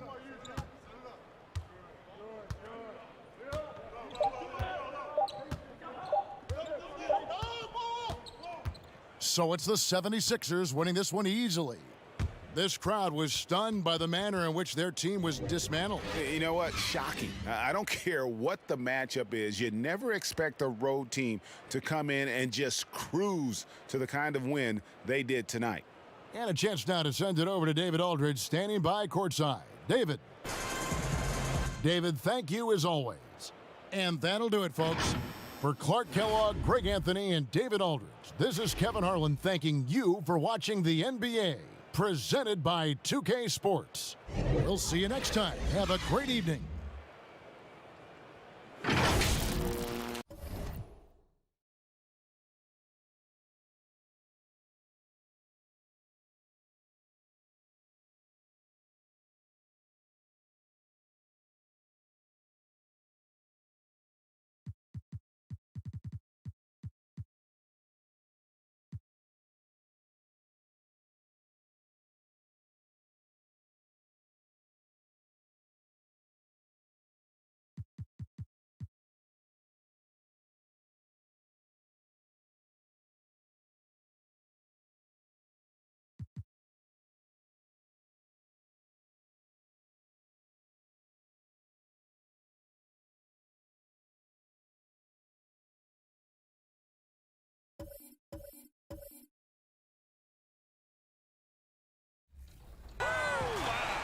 In NBA 2K My Team mode, we have spotlight challenges where you recreate a moment from an NBA player's career. So Damian Lillard chose that incredible moment from that 2019 Western Conference playoff game.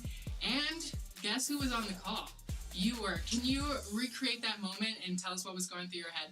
You know, what was going through my head as a play-by-play announcer, you're always worried about sidelines. So what was going through my head was he was literally 5 feet from me because of my position at the table, and I was sitting with Kevin McHale for that. Paul George was right with him, and let's see. I remember that he was dribbling a lot. I feel like there were like 14 seconds on the clock when he took over the possession. He was not about to pass it.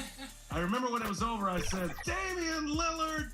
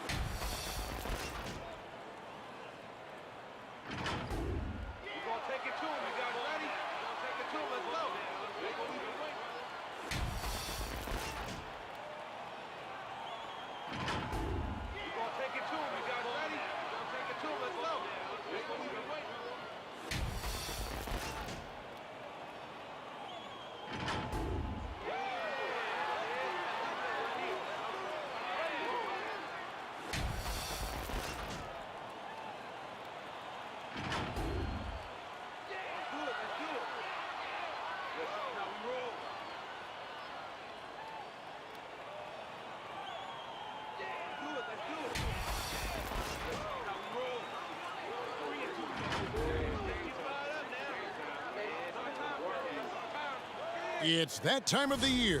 Happy holidays, everyone, from 2K Sports as we get set to bring you some mid-season NBA action.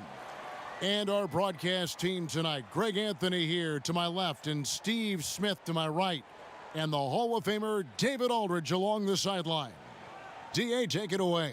Well, the ceremony was delayed, and understandably so, but at last, the Hall of Fame class of 2020 was enshrined.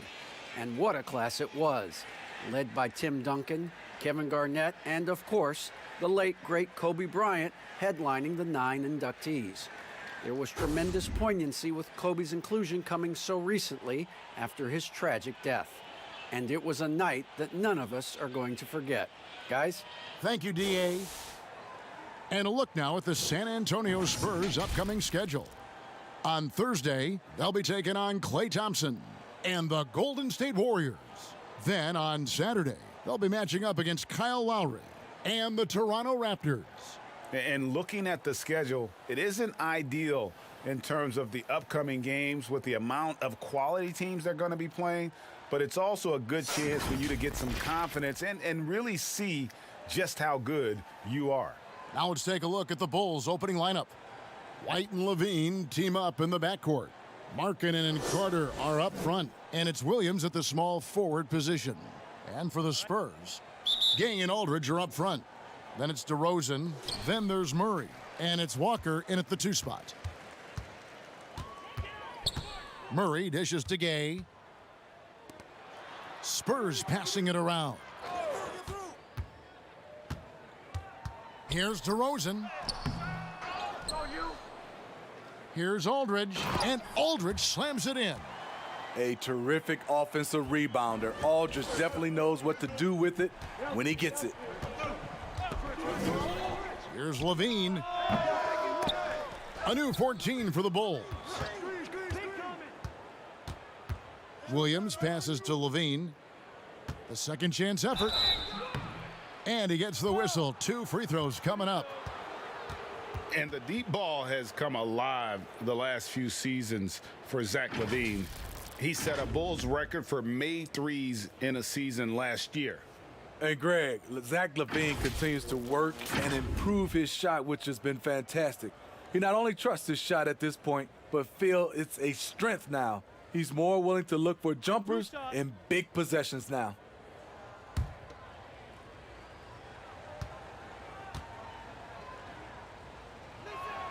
Free throw good, Levine. Greg, in 1991, you were drafted 12th overall. Talk about early expectations as a first-round pick. Your son going through it right now. Yeah, no doubt. Listen, everyone wants to see what you've got.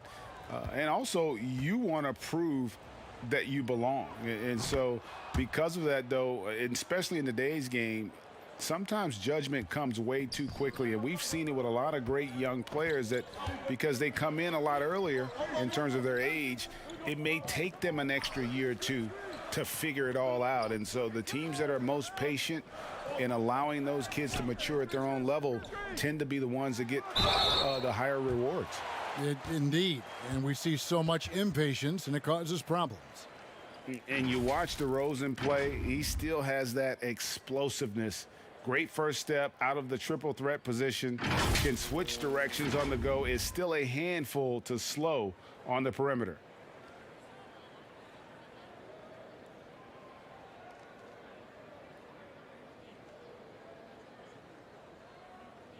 Shooting 2.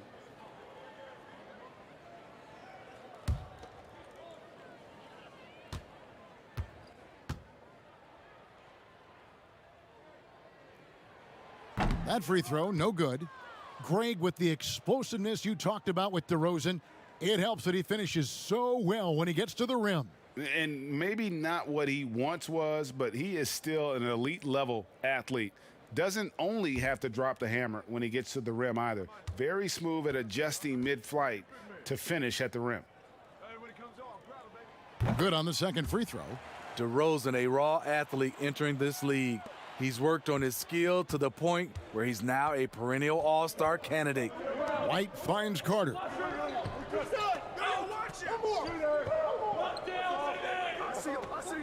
Pass to Levine. Launches it. He can't hit that time.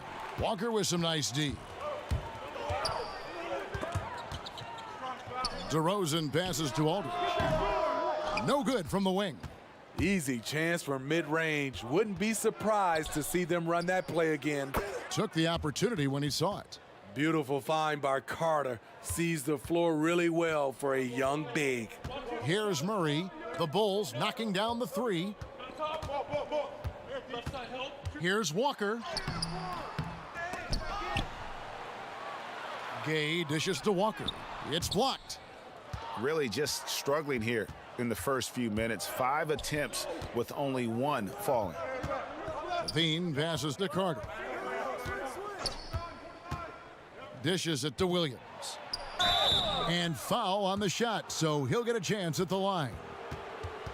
And with the offense getting right to the rim, at least they saved the layup. For Chicago, they have been perfect at the line so far, albeit just 2 for 2.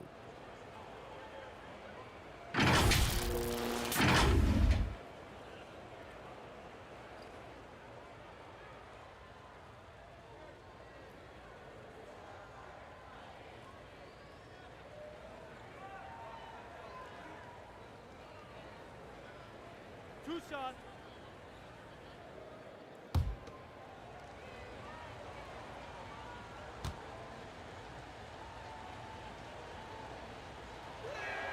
The first one falls.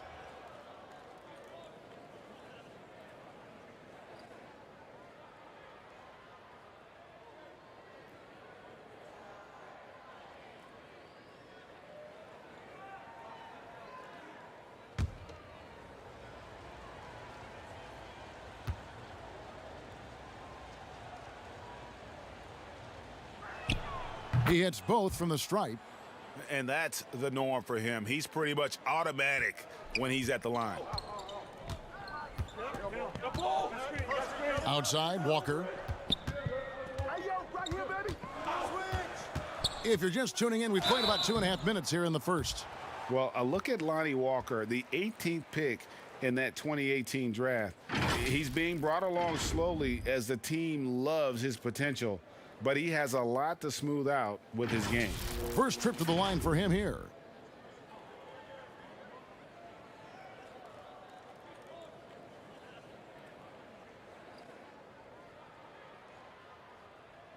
Take a break. Take a break. 2 shots.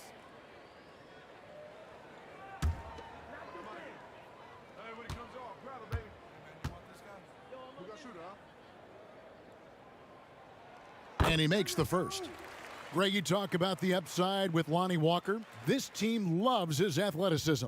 You know, not the typical Spurs-type player we've seen targeted in the past. An athletic maniac who can fly end to end. The polish to his game will come. It's just going to take some time. So he picks up just 1 from the line that time. Well, Chicago's gone 1 of 2 from long range in the first quarter. The shot by Williams, no good. The 3 ball. And Aldridge, the basket on the assist from DeRozan. Aldridge has got 5. He's stretching the floor. Aldridge keeping the defense honest.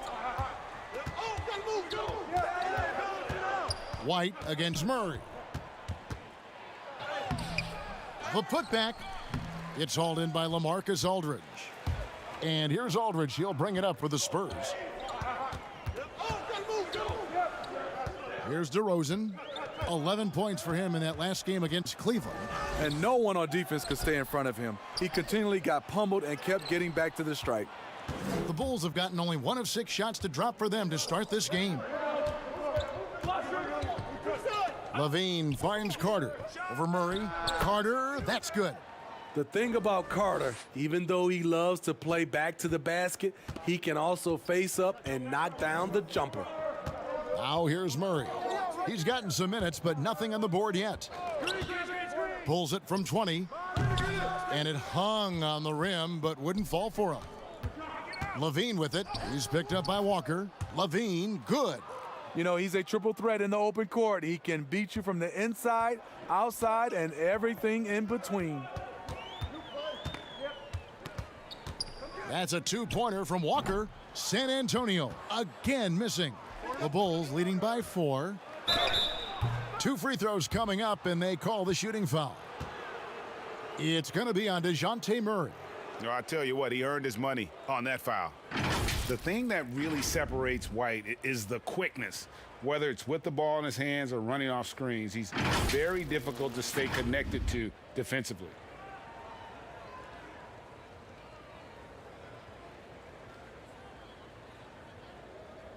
Two shots.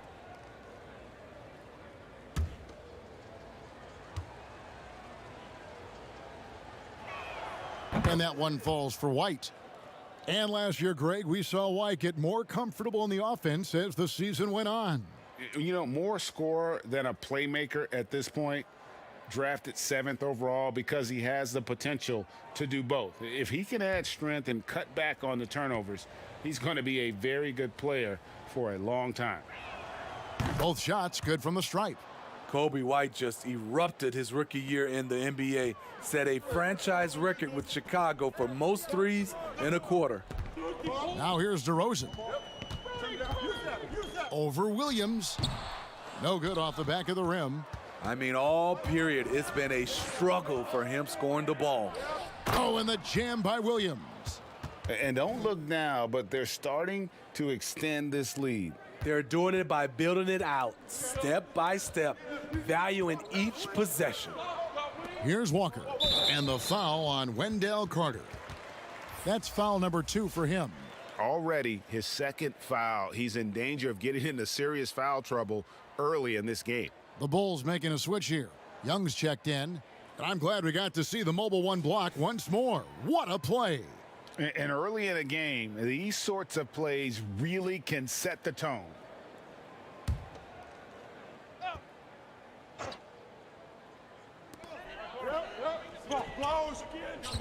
Murray with it. We saw him with 19 points his last outing. Gay outside. Nailed from three-point land. This is the confidence Rudy has in himself, looking to score as soon as he gets the rock. Levine finds Young. Walker against White. Spurs trail by 5. Murray surveying the D. DeRozan against Levine. Fires it up. DeRozan's shot is off. Well, he wants to shoot his way out of this cold spell, but the struggles continue. You know, to me, this is when you want to focus on creating for others. Give someone else a chance. It's called a teammate. Now, here's Walker. Zach LaVine unable to get his last shot to go. Pass to DeRozan. 6 to shoot. Second shot opportunity. That one, no good. Good defensive work there by Young. He's kind of lost his way this period, having a hard time getting anything to go down. San Antonio's gone 2 of 2 from three-point range here in the first quarter. San Antonio again missing. Here's Levine. Oh, wow! The creativity, extreme athleticism. You see why Zach's won the dunk contest multiple times. White against Murray. To the paint, and Aldridge slams it in. Strong move to the 10, trying to get his guys going. Hard not to get motivated, GA, right when your teammate makes that kind of play. The problem is your opponent is making big plays as well. I'll be curious to see the response. And he likes to get in a rhythm early. Nice triple. And San Antonio calls the first timeout of the game. Hey, Greg, you played in a different era of NBA defense. When you look at how defense is played now in the league, how do you feel about it? You know, Kevin, I think the introduction of the zone, by and large, has been great. You get a lot more switching, and I think it brings more skill into the game. Don't get me wrong. I do miss the physicality that we had back in the 90s, but I tell you what, right now, my body wishes I had the opportunity to play in this era. I bet it does.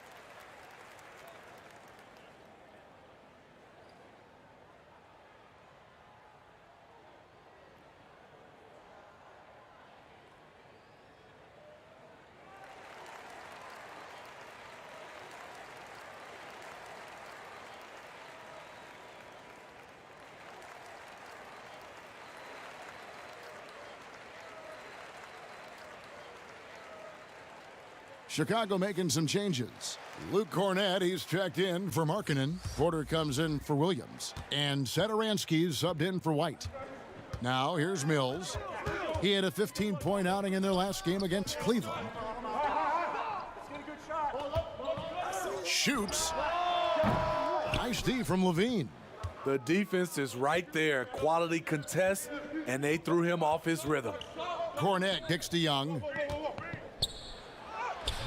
A chance to extend the lead to double digits, but it's no good. They've been beating them to a lot of those loose balls and rebounds here to start. White inside, guarded by Levine. Can't cash in from close range. From outside the arc, they get it again. Young. Whistle blows, bucket is good, and he'll have a chance at the line to make it a three-point play.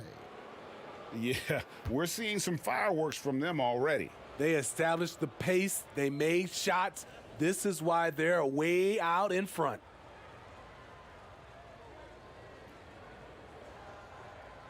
Shooting one.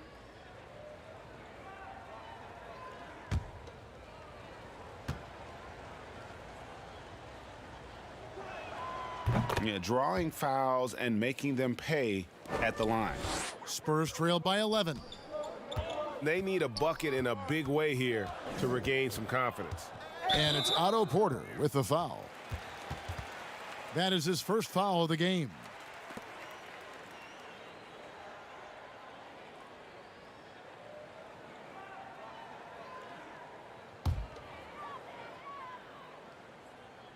San Antonio with the ball. White dishes to Pirtle.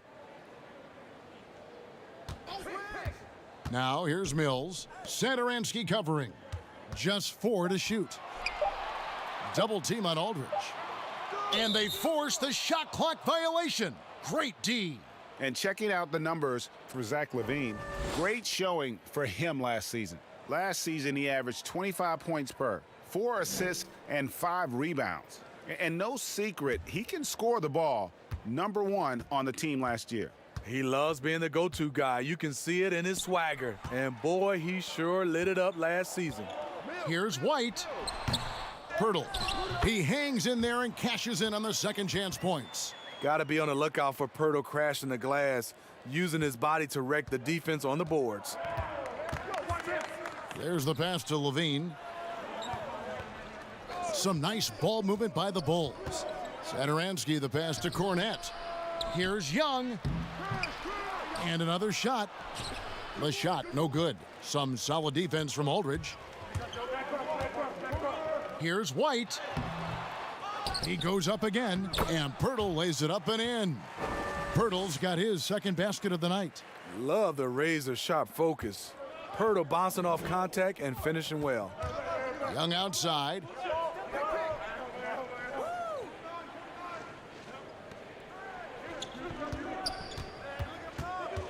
Inside. And Cornett gets it to go.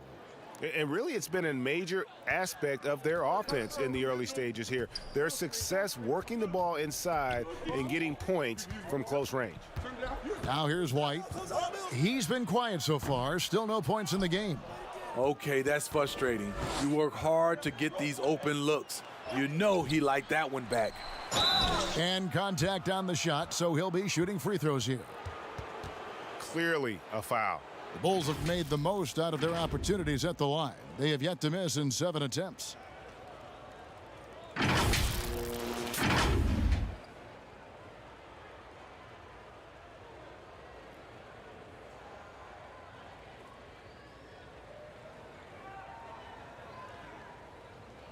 Two.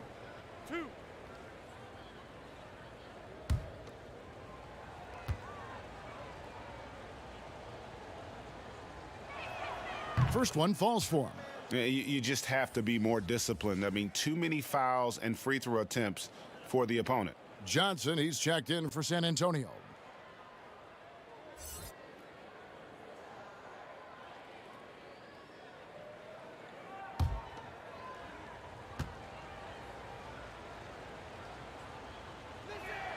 And he makes both free throws. Because he knows he makes a living at the line, he invites contact and sometimes even initiates it. Now Mills. Vassell, the pass to Aldridge. Chicago grabs the miss. Young's got 7 rebounds in the game. And what a way to start this game, dominating at both ends of the floor. They came in prepared, focused, and really jumped on the other team early. Stolen by Levine. Passes to Cornette.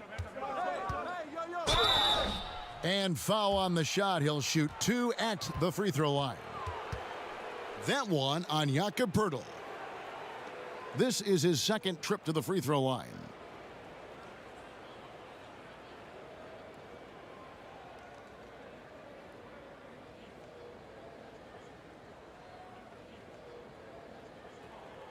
Two shots.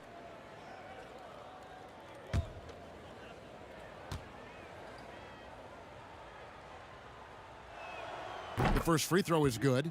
And they've been the more physical team, offensively, seeking contact, looking to score in the lane, and getting to the line.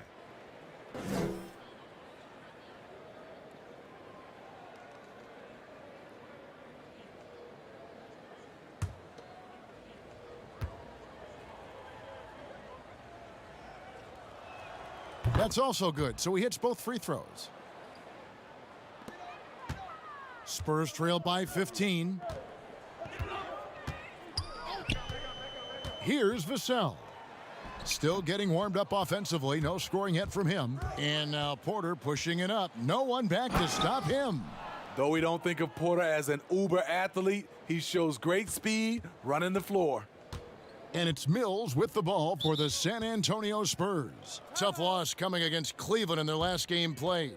And that was a game to forget. You'd like to find some teachable moments, but I think they'd like to just turn the page and move forward. Nothing wrong with that. Sometimes we overanalyze things. Can be better to just let it go. And just trying to get some traction offensively. Boy, it hasn't been pretty. You know, this is a good time to maybe switch up your strategy a little bit. You can't keep doing what you're doing and expect a different result.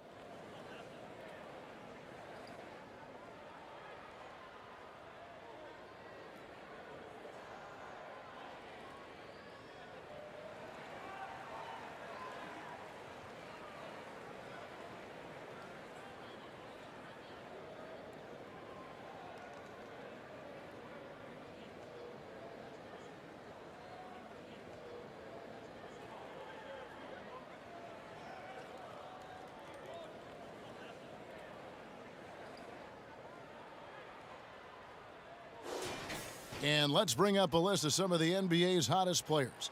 Among shooting guards, these are the leading scorers over the course of the last month. In the third spot, Zach LaVine.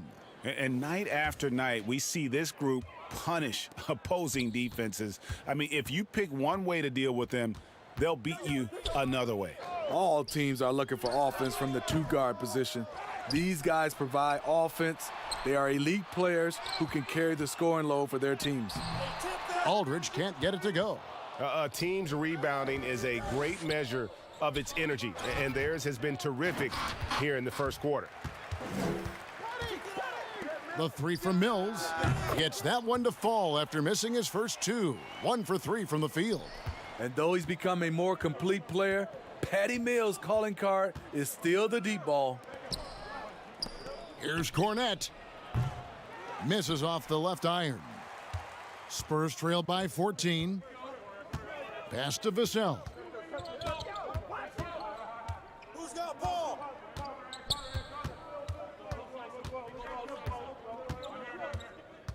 Feeds to Poeltl. Score it. His third straight basket in 3 tries. Really nice work. Poeltl going to town on the weak defense down in the paint. 2-second difference between shot clock and game clock. And the call on the shot that sends him to the line.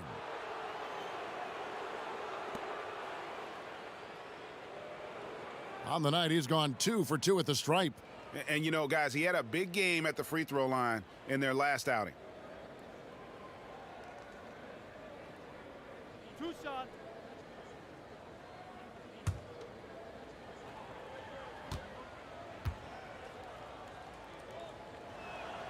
Free throw good, Levine. A late bloomer in high school, Zach LaVine could still be just scratching the surface of his true ability.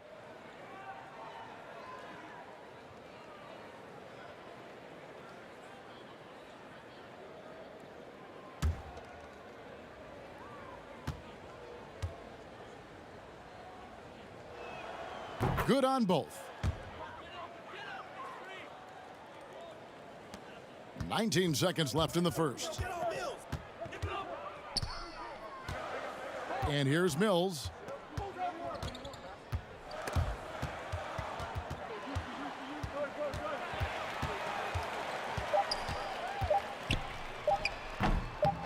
He gets it up, and he was able to put it up in time, but doesn't fall. And so it's the Chicago Bulls, sitting with a comfortable lead, up by 14. They've kept the tempo quick and the defense on its heels, and it's gotten them up big. Back right after this.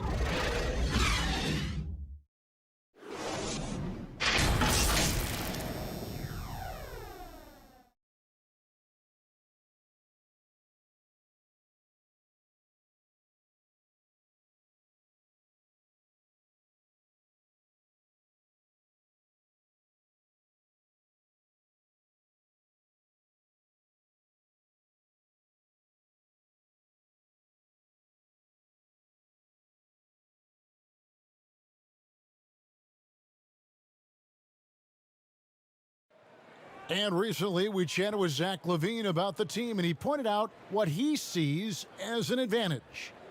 You know, we should have energy, and we should be outplaying the other team. Like I said, just competitive-wise, we don't have all the miles other teams have. We should have energy, you know, young, hungry dudes that are ready to compete and show what they have in this league. And we shouldn't be tired out there. We should be the most conditioned team, and we should be running people up and down. Greg trying to turn their youthful exuberance into a weapon.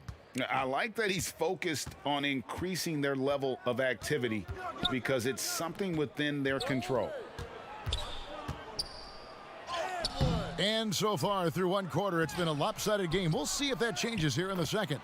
And a comfortable margin for the Bulls here, guys. Yeah, in that first period, they looked to push in transition at every opportunity. That's their mindset. Attack, attack, and attack some more. You're not going to beat them playing soft.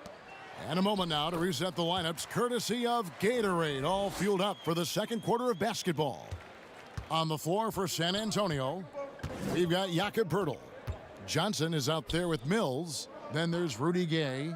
And it's Vassell in at small forward. Here's Young after Rudy Gay's bucket. And out of bounds as the Spurs gain possession. Lonnie Walker, he's checked in for San Antonio. Murray comes in for Patty Mills. Williams, he's checked in for the Bulls. Kobe White comes in for Zach LaVine. And we've played through the first minute here in the second. Pass to Gay. Rebound by the Bulls. 17 points was their biggest margin. They're coming off that win against Minnesota.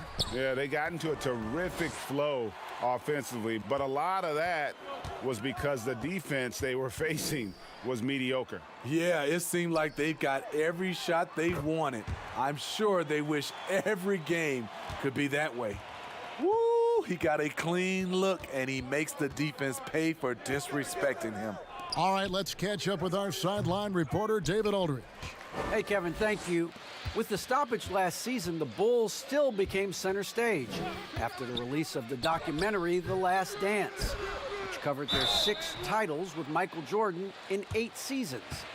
There was record viewership, including most NBA players tuning in. Dynasties like those never lose their luster. Kevin? Well said, D.A. Thanks. San Antonio shooting their 5th and 6th free throws of the game. And they shot 81% from the line last season as a team, so you really can't find fault with what they're able to do there. Take a break. Take a break. 2 shots.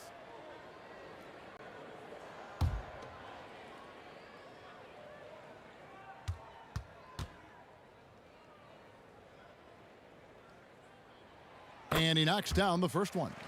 Greg, as a young player, one of your mentors was Patrick Ewing. How valuable was that to have that kind of guy tutoring you, mentoring you as you were just getting in the NBA? I tell you, he was the consummate professional and really an incredible leader by example. This guy spent infinite amount of hours in the gym in the offseason honing his craft, first on the floor, last to leave it throughout his professional career, and that's something he had in common with all the truly greats who've ever played the game. Wow. Now, here's Satoransky. A 23-point game for him in the win against the Timberwolves in Minneapolis. You can't forget about how great he was at forcing contact and getting to the line. He racked up a lot of easy points at the line that way. So it's San Antonio now, after Chicago picking up a basket just moments ago. It's a +5 advantage for them in rebounding after that one. Markkanen can't get it to go. And so it's Murray who brings the ball up for the San Antonio Spurs. They trail by 11. You want to talk about ugly? This team is losing, partly because he hasn't drained a shot all night. And last season for Markkanen didn't really go as planned. Greg, we know he suffered some injuries and had a hard time establishing his role. Yeah, both the scoring and rebounding were down. And this happens sometimes with a new coach and a new system. But one thing's for sure, the talent is there. Markkanen is still very young and has a tremendous upside. 2 shots.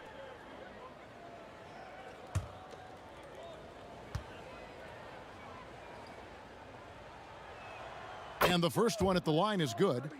And with Lauri Markkanen, the former 7th pick in the draft, you like him best when he's aggressive and looking for his own shot. You're right, Greg. I like angry Lauri Markkanen because he's dangerous when he has that type of mindset. He needs to have that mentality of a #1 option, even if he's not one. That's when he's the most impactful on the floor. Lauri Markkanen is a guy you can build around. The 7th overall pick in a very strong 2017 draft. Gay. Again, the miss by the Spurs. Chicago leading by 13. Well, what did Coach tell us? He wanted each guy to contest shots and rebound tonight. That's exactly what we just saw. Walker's shot is off. Both sides attacking. That was good defense versus good offense. Williams with a clean look. No good from outside. San Antonio's gone 4-6 from outside the arc tonight. It's Gay on the wing. And contact on the shot, so he'll be shooting free throws here. And Smitty, with Rudy Gay, the longtime NBA veteran, Father Time might have taken away what he once was, but boy, he still finds ways to contribute. He does, G.A. Rudy Gay isn't the same scorer that he once was. But what I love about it, he's actually playing the power forward position more later in his career. He can still fill up the box score and also add a lot of rebounding. His passing has been underrated for a few seasons as well.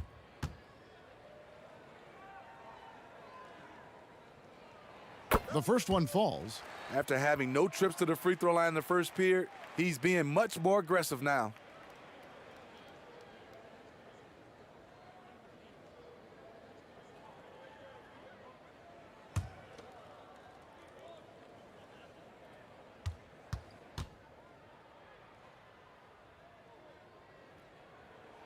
And so Gay nails both of them.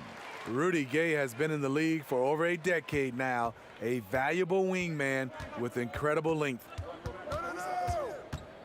Here's White. He gets that one. White's got 7. Another good play. This is how they built the lead, calling on the right guys at the right time. The reason why they've stayed aggressive, and they have not let up this entire night. And at this point, I wouldn't expect them to. Here's Murray after the Bulls pick up 2. Just 5 on the clock. The outside leaner.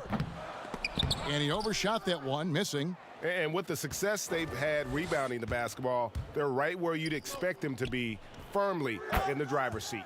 White, good. Kobe White doesn't need much time or space to get off that catch and shoot. Come on, box him out, man. DeRozan scanning the floor. Here's Murray. Carter pulls it in. Carter's got 9 rebounds in the game, getting it done. White, wide open, he fires. Offensive rebound. Carter with the bucket. Carter's got 4 points now in the quarter. Carter specializes in this, competing on the glass and converting the second chance opportunity. DeRozan against Williams. The pass to Murray. Outside, Walker. Shoots over Satoransky. Once again off the mark by San Antonio. It's almost as if there's a lid on the hoop for him right now. He still hasn't gotten one to fall in the quarter. Back to Carter. From past the arc. Satoransky gets the bucket. He has 5. The ball movement on this run has been fantastic and is a big part of why they've been able to get these good looks. Now here's Murray. No points in the game yet for him. Their offense stone cold. Another miss there. Williams for 3. The shot's good on the assist by Satoransky. And they're getting points, they're getting stops, and this is how they'd like to play all the time. Yes, when it's going good, it feels easy. These are the nights you relish, but they're tough to replicate. San Antonio calls timeout. Around the free agent race last year, for your money, Greg, who would you have rather taken? Kawhi and PG or Kevin Durant and Kyrie? Oof. Well, wow. I tell you what, it's a tough call. You know, Kawhi's got a couple finals MVPs. KD's got a couple. Kyrie's got a ring. It's a tough call. I mean, PG is more than capable, man. I think it's a toss-up, partner. I agree. Yep, I'm going to agree with you.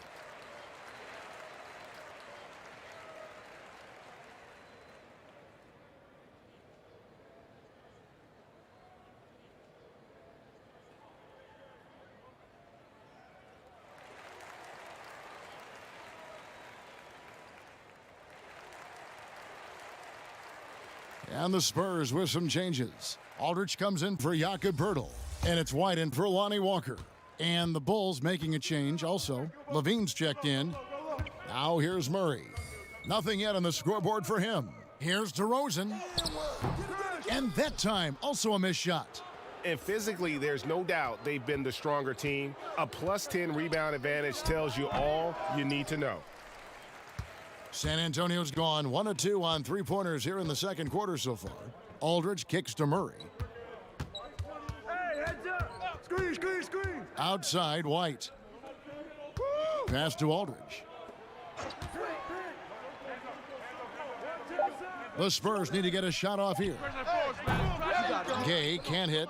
All the energy is on the other side right now, and every miss just makes it worse. You know what? This has always been a debate. Do you take the timeout, or do you let your guys try to fight through it?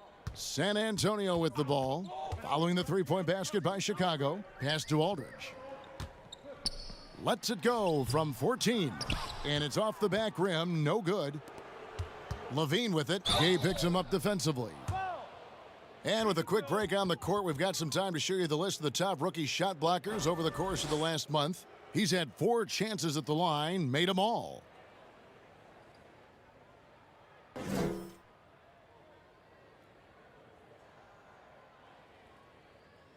Two shot.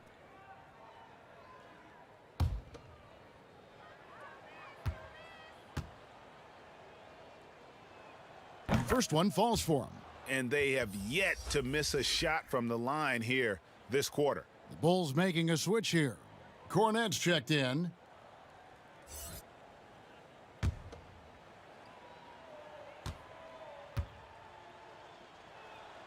And so Levine nails both of them. Greg, compare the times when you played as an NBA player with a lot more contact and a lot was let go on the floor to what we're seeing now when there seem to be a lot of whistles, a lot of stoppage of play. I mean, there's no doubt about it.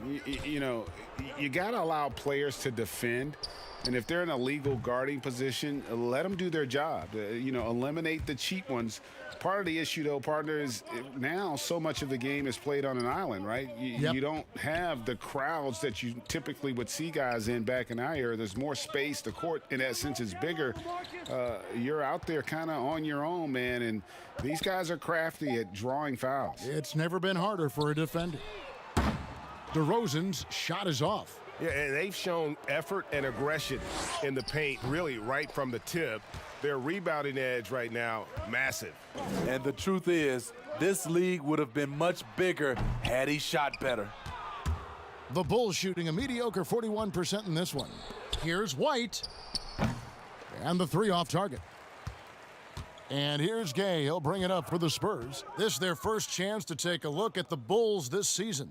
And in their two matchups last season, they came up empty both times. Not really too shocking when you see how they fared overall. Greg, LaMarcus Aldridge taking more three-pointers last season, easily passing his career highs in attempts with almost 3 a game. And Aldridge shot a very respectable percentage from outside. In order to play heavy minutes at the 4, you need to be able to shoot. Good to see Aldridge still adding new wrinkles to his game. Shooting 2.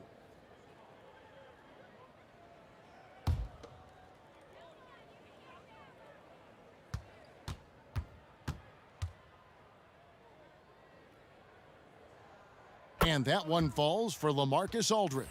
They've hit every one of their free throws here in the second quarter. Very important when you're trailing. Thaddeus Young, he's checked in for Chicago.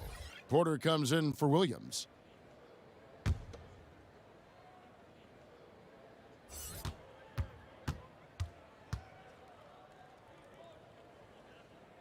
And so LaMarcus Aldridge nails them both. And as great a player as LaMarcus Aldridge is, at times his defense can be a concern, only getting tougher for him as he ages. LaMarcus Aldridge, GA, will be able to score forever. Defending pick and rolls, keeping up with mobile bigs, that's a problem right now later in his career. Limiting minutes and picking up matchups might be the best way to disguise this. San Antonio with the ball, following the miss by Otto Porter from deep. Here's Vassell. And foul on the shot. He'll shoot 2 at the free throw line. Wow, he got whacked on that one. Shouldn't be much debate there. The Spurs have shot 8 of 10 from the line. That's an even 80% free throw shooting here.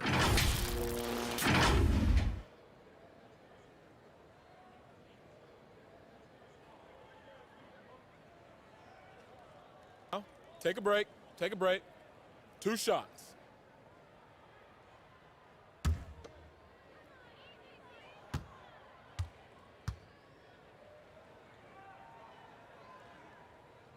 And the first one drops.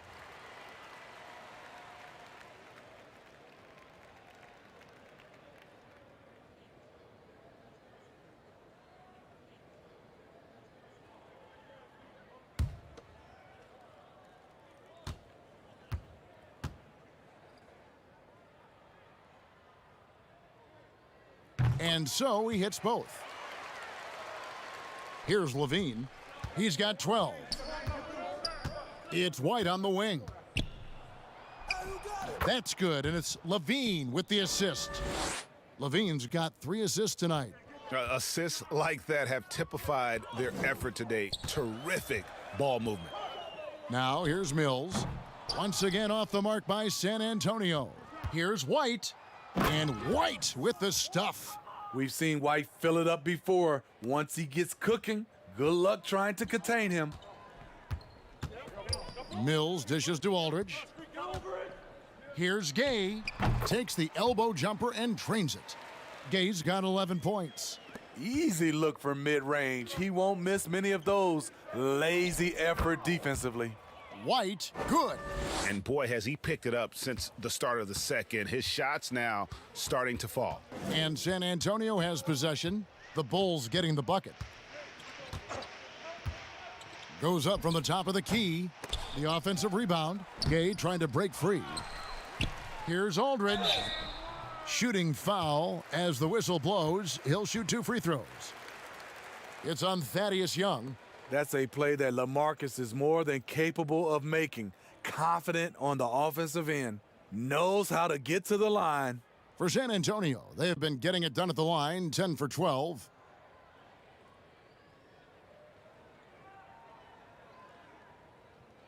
Shooting 2.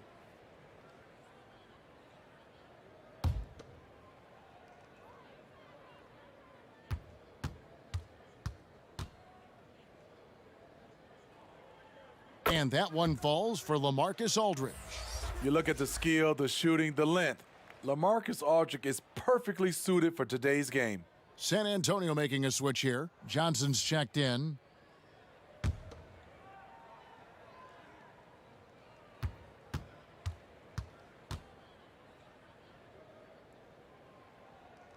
That one falls, so he hits both of them.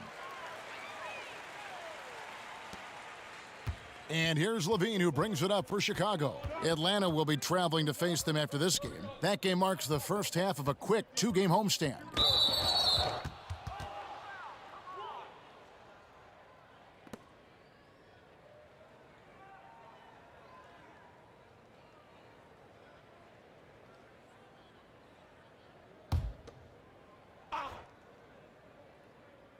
On defense, the Spurs. Here's Porter. I tell you what, he has gone stone cold here to start this quarter. Yeah, that was the third straight high percentage look the defense has allowed. The defenders have got to start putting bodies on bodies. Now here's Mills. Here's White. San Antonio again missing. The Bulls shooting 43% from the field. Out to White. That's in, coming off the assist from Young. White's got a pair of triples in the second now for the Bulls. White's gone 3 of 6 in his three-point shooting tonight. Mills looking it over. Fires from the wing. Chicago grabs the miss. Cornette's got rebound number 5 here tonight. Porter, no luck. That's a surprise. I mean, really out of character for him to miss when the defense is not right up on him. Now here's Mills. Defense is right there. Porter with a block. Otto Porter with the reach to get that one. He gobbled it up.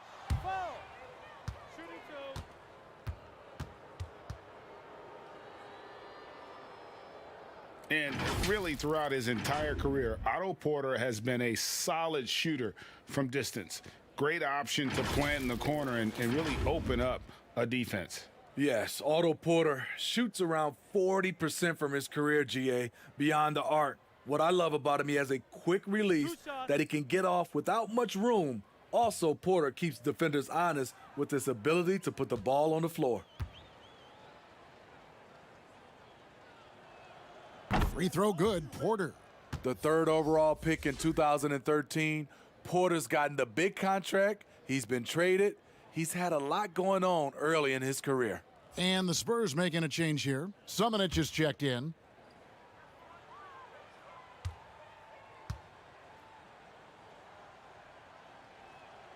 And Porter drops them both. So it's San Antonio now. Some tough offensive sets. They want to turn it around. Yeah, right now you just need a bucket to get some momentum. Here's Cornette. 6 points for him. Now 8 seconds separating the two clocks. And it's White missing. Now here's Aldridge. Defense right on him. Offensive rebound, Spurs.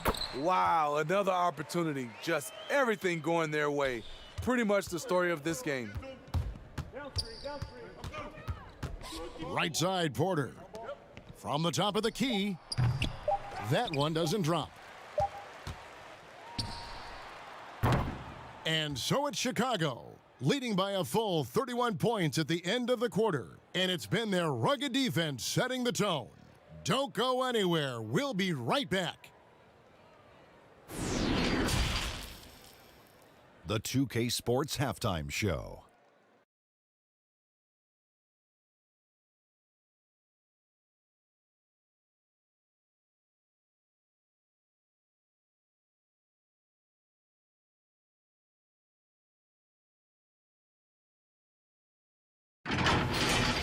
Chicago holding the upper hand after the first 2 quarters. They are completely in control of the game, leading by a massive amount. Kenny, give us your take. Well, I really like how many times they got to the free throw line.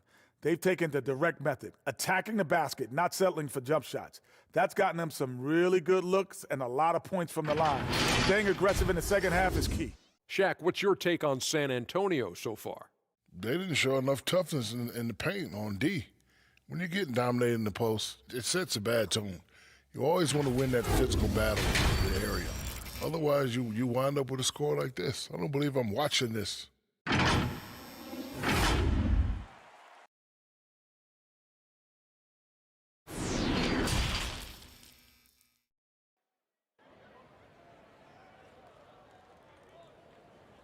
And with a big gap on the scoreboard, the second half begins with very different goals for these teams. One side trying to mount a comeback, one side trying to protect their lead.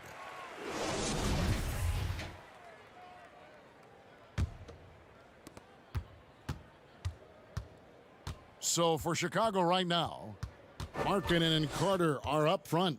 White and Levine team up in the backcourt. And it's Williams at the 3, the small forward. Now here's Walker. And Zach LaVine gets the whistle that time. That is his first foul of the game. And now let's revisit that exceptional mobile 1 block. And guys, that's about as good a defensive play as you'll see. Instant reaction to get a hand to the shot.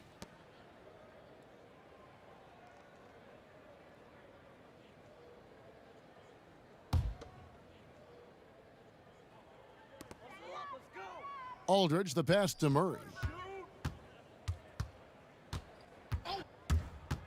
Outside DeRozan.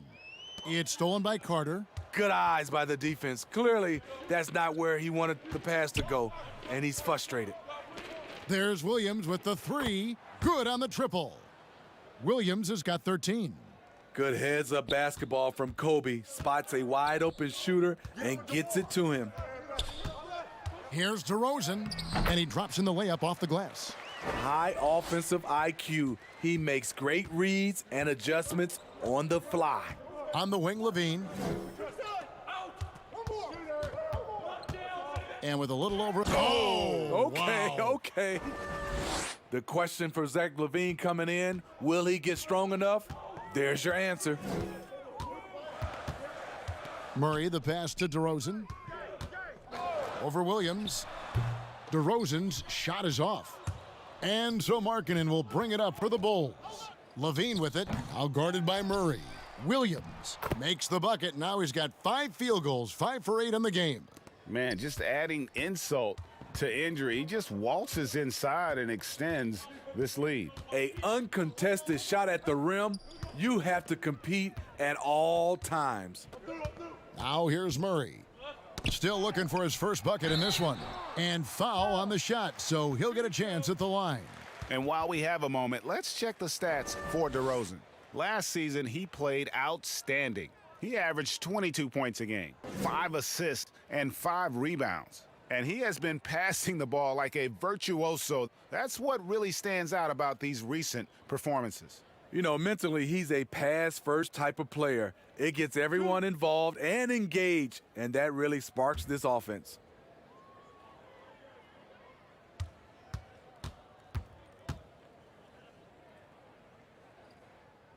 And he makes the first.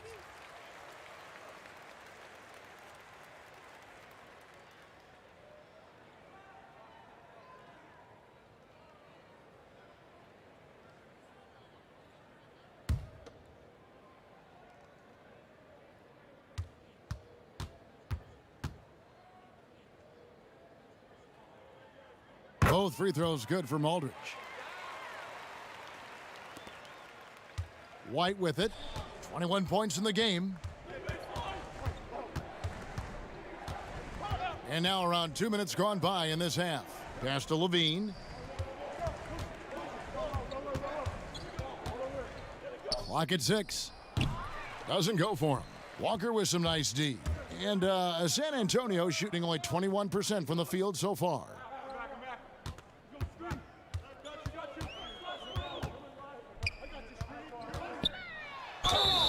And that'll be 2 free throws coming up. Officials on the call with the foul.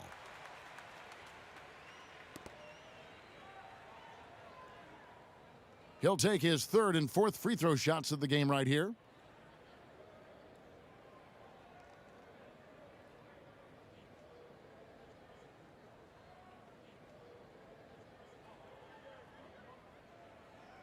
Two shot.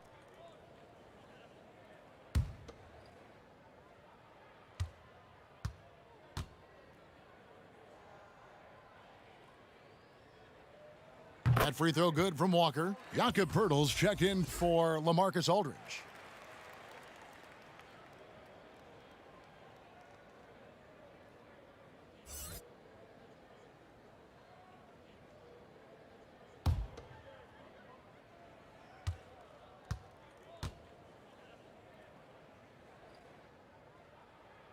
And so Walker nails both of them. Not quite 2.5 minutes played here in the second half. And White kicks to Levine. To the inside. And then Carter with the jam. Up in his playmaking skills, when Levine notices an open teammate, he whips the pass over. Murray outside. Pulls up on the wing. Tried to bank it in, but he misses. For Chicago, they've gone 4 of 7 to get things started here in the second half. And it's Williams finishing it off.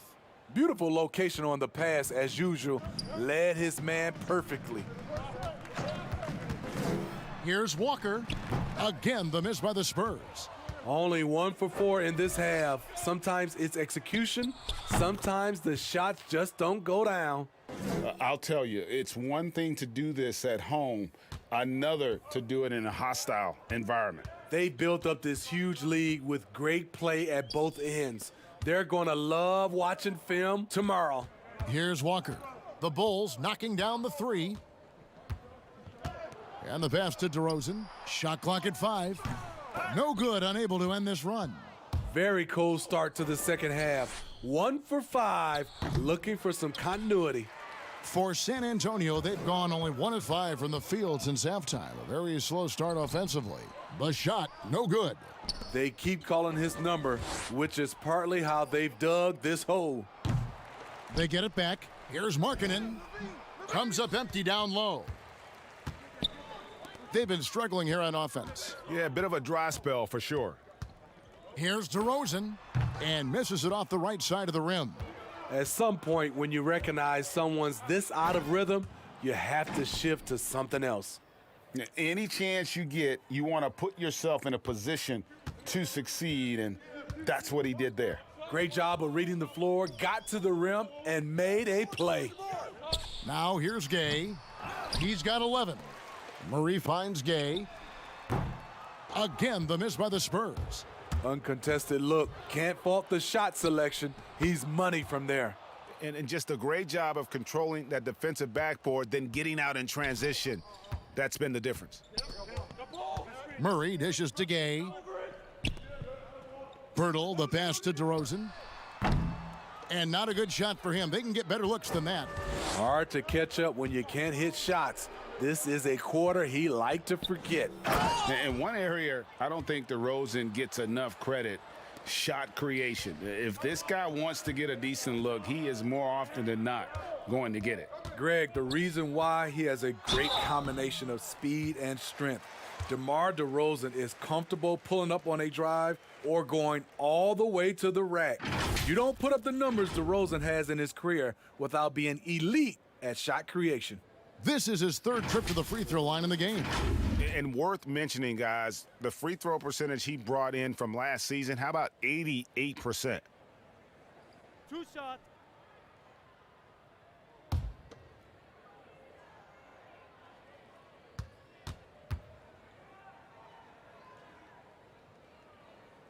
First free throw is good. This is as good as it gets from the charity stripe here in the second. The Spurs making a switch here. Mills is checked in. Chicago also making some changes. Porter comes in for Markkanen, and Satoransky is subbed in for White.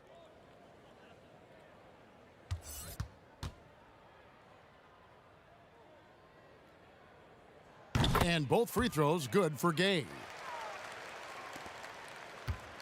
And so Satoransky will bring it up for the Bulls. Passes it to Porter.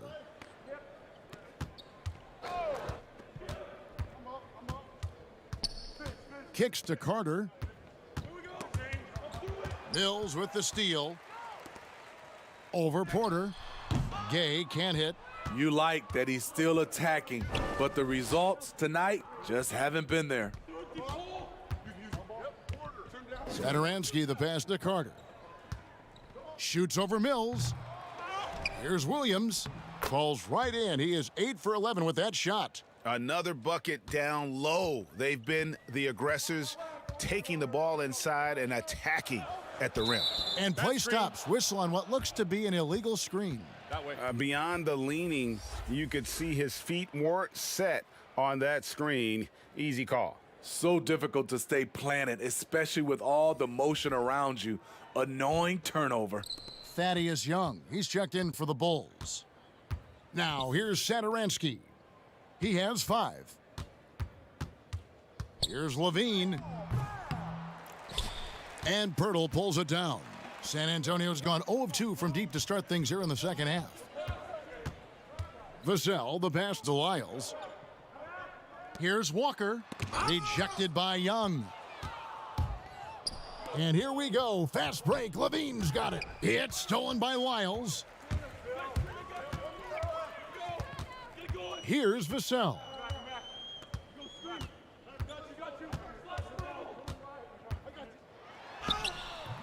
That one doesn't go. And the Bulls going the other way now. Here's Young. And it's Young finishing it off. A prime example of Satoransky's feel and vision for the game is making it easy for his teammates. Now Mills. Shoots over Satoransky. Again, the miss by the Spurs. Chicago's gone into the three-point range 4 times since halftime and buried 2 of them.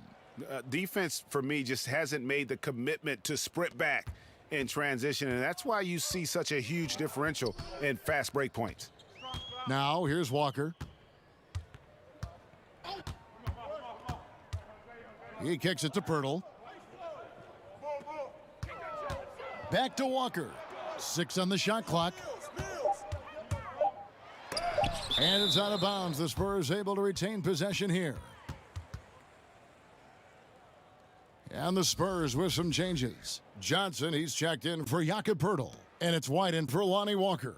Luke Cornett, he's checked in for the Bulls.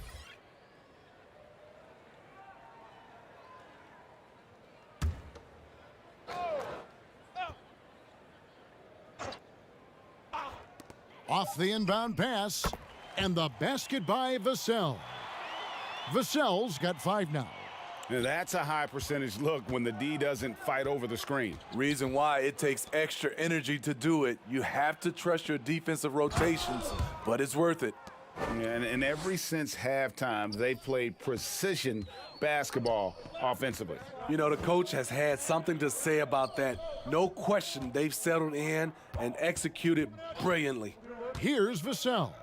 After Chicago picking up a basket just moments ago. Down to 5 on the shot clock. White. And a miss there on the triple. And Chicago shooting 47%, pretty solid. And the whistle blows as the basket counts and a 3-point play chance right here. 1 free throw coming up. Riding the hot hand, and why not? If something's working, keep going to it. LaMarcus Aldridge is checked in for the Spurs.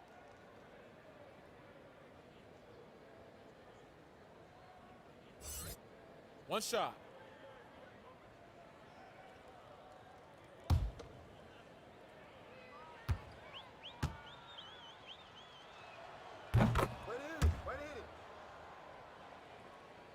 Here's Mills. Pass to White. Looking to end his cold spell. Nice D from Levine. Well, Chicago has gone into the 3-point range 4 times since halftime and buried 2 of them. And you see the pass, Levine improving as a playmaker, learning how to succeed at this level. Here's Vassell. He has 5. Shot to stop the run. 2 free throws coming up, and they call the shooting foul. And checking out some stats for Aldridge. Coming off a terrific season, he averaged about 19 points a game last year, 7 rebounds and 2 assists. And the phrase stats don't lie absolutely applies here. He's been a monster on the court for this team. He's versatile. He's prolific. There really isn't much a defense can do once he catches fire. The first free throw is good.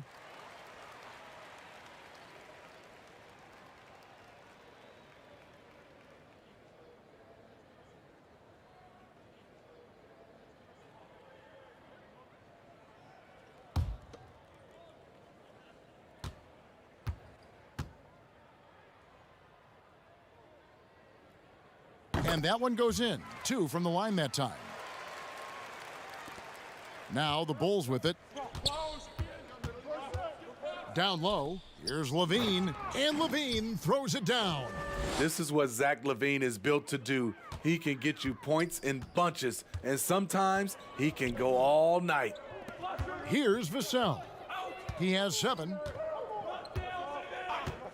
Pass to Johnson.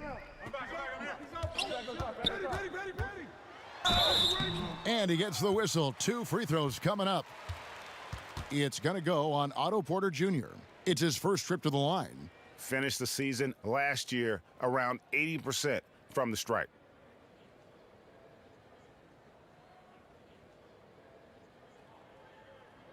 Two shots. Relax on the first.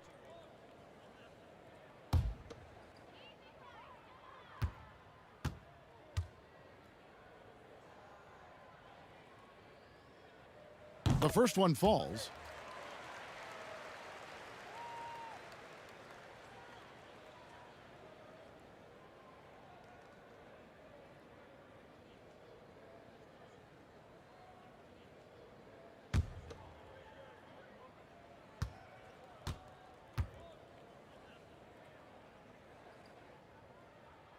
So Johnson hits 2 of them.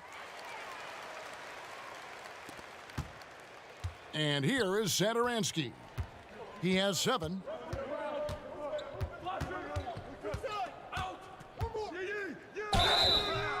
Shooting foul as the whistle blows. He'll shoot 2 free throws. A tall, strong combo guard who can shoot it as well as pass it. Satoransky played around 30 minutes a game for the Bulls last season as he found a way to impress the team every chance they gave him.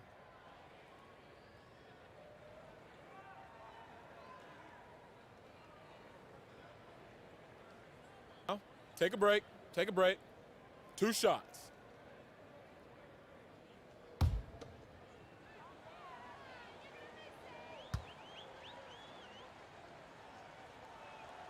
Free throw good, Satoransky.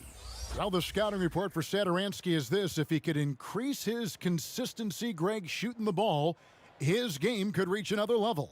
Yeah, I mean, throughout his career, the percentages have been all over the place. He's not really a volume three-point shooter. The key for Satoransky is good shot selection and just playing under control.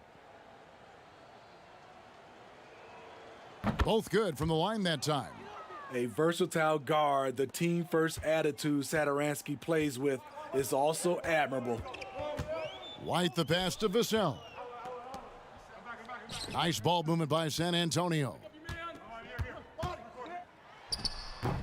And all you got to do is look at the rebounding margin as to why they hold the lead.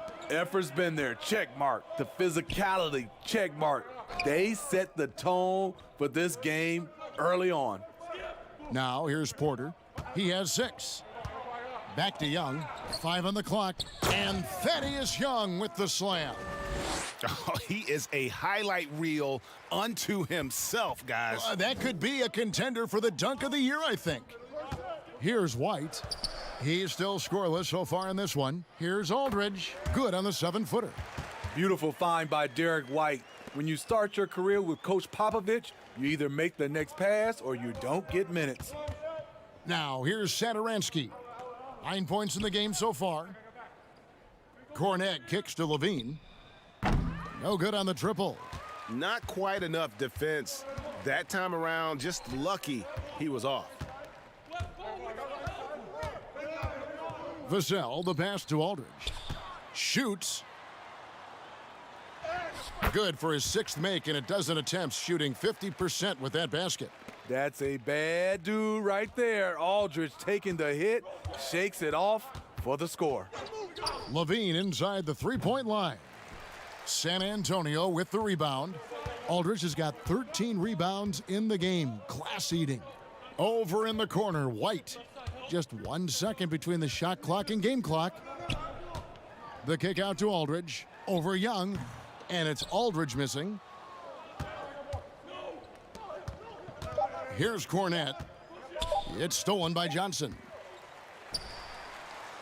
And so it's Zach LaVine making things happen for Chicago. He's at the quarter-century mark. 25 points for him in this game as they have looked to him over and over to make things happen.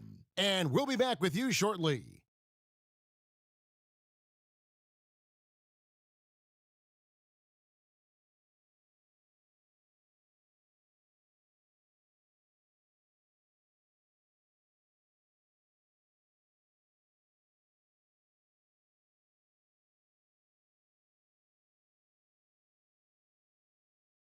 Put that nigga ass in the dirt.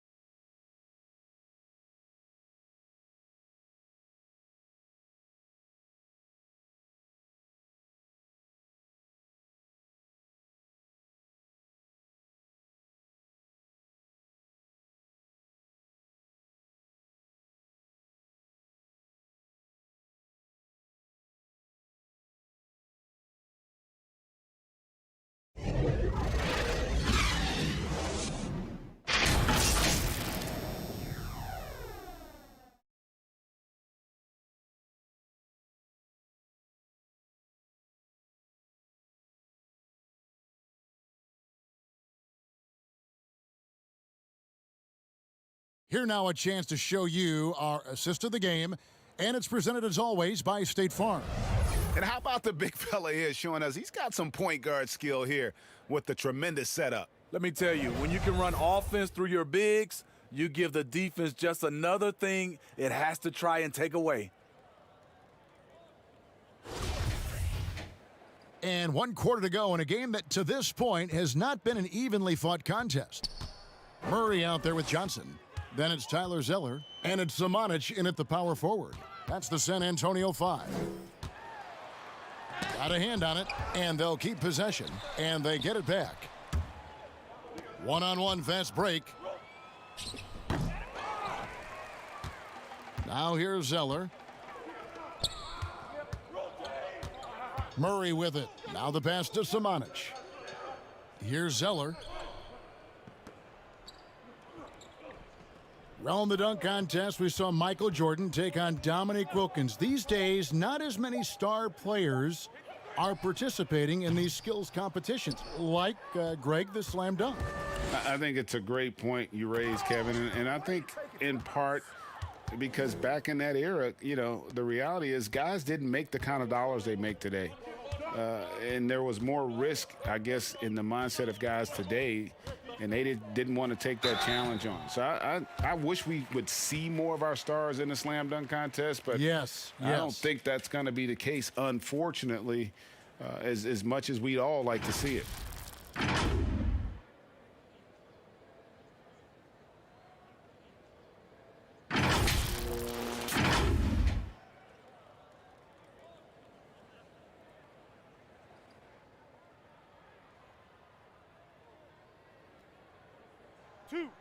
Two.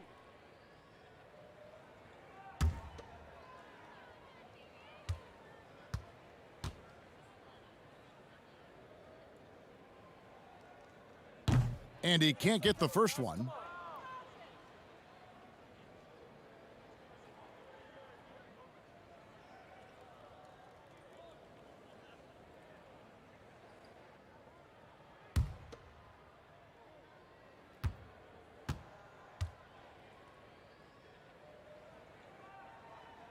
And he sinks the second.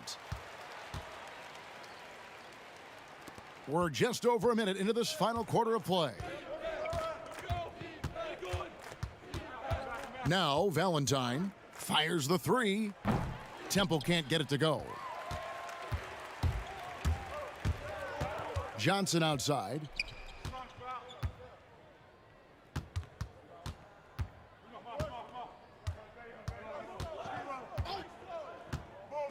Inside, 6 to shoot, kept alive.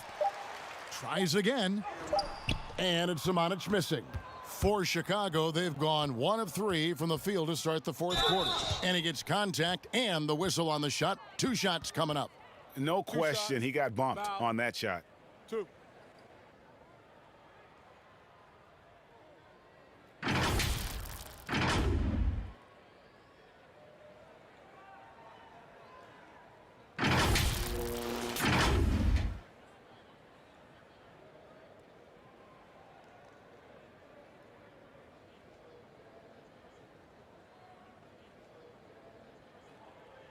Shooting 2.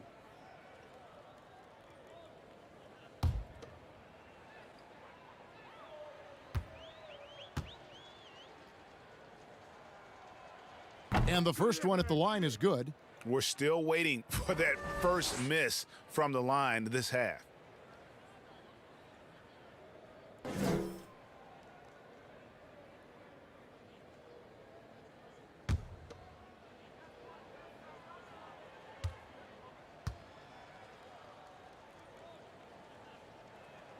And so he makes both from the line. Here's Murray. They need a good offensive possession. Yeah, they've gone a long time without a bucket. Last quarter of play, about 2 minutes in now. Johnson outside. 4 on the clock. Over Valentine. San Antonio again missing. Johnson's gone 1 of 3 shooting so far. Vonleh, the pass to Hutchison. Johnson outside. High, arcing shot, and it's good on the layup. Oh, perfect timing there to knock down the teardrop. Now here's Valentine. He's covered closely. It's blocked, and he recovers it. Temple dishes to Valentine. Here's Cornette, and foul on the shot, so he'll get a chance at the line. It's going to be on DeJounte Murray.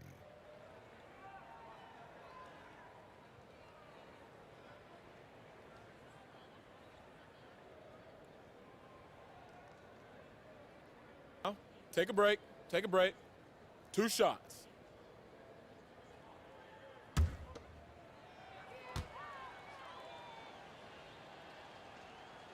And he knocks down the first one. Walker's checked in for Murray.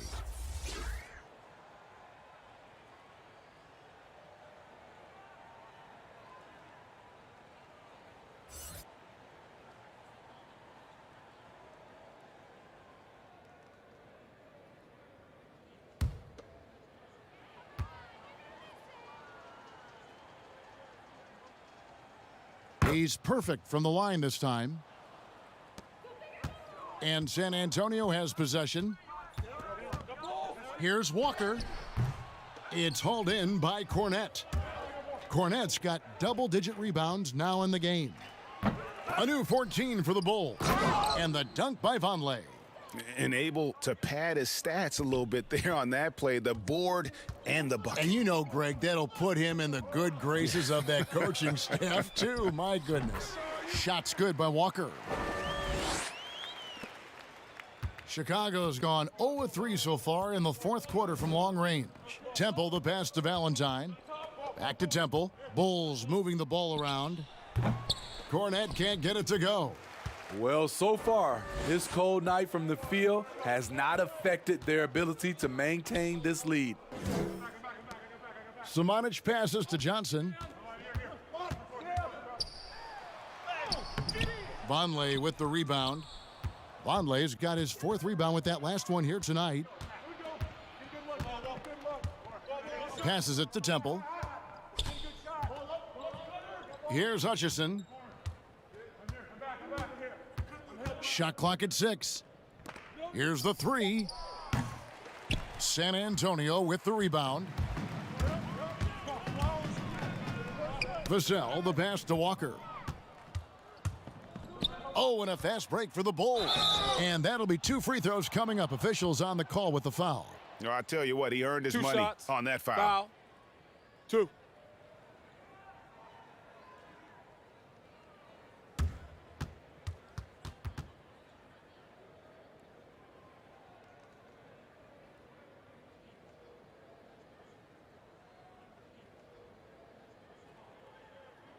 Take a break. Take a break. 2 shots.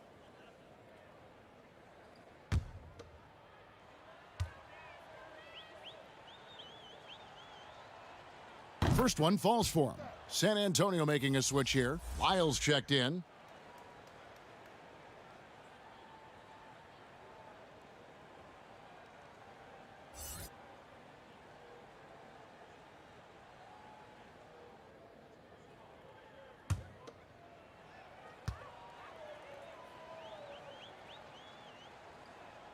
And both free throws good for Vonleh. And Walker's got the ball here for the Spurs.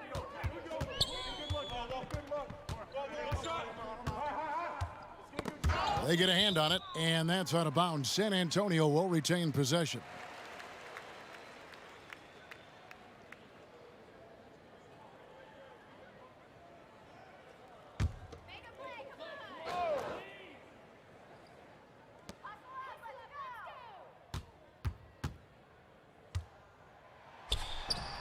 And that one hits back iron. Chicago has gone ice cold from three-point land, 0 of 4 since the start of the final quarter. And here is Valentine. Buries it from three-point range. Valentine's got himself going there, his first points of the game on the deep ball.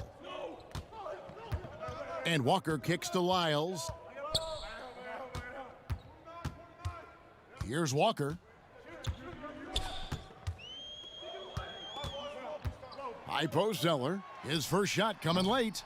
And it's Chicago with the rebound. Decent look from mid-range, but there may have been a better option for them in that set. And the basket by Hutchison. And how about the move he made there to come up and get himself clear in the lane for the deuce? Now, here's Lyles. Back to Walker.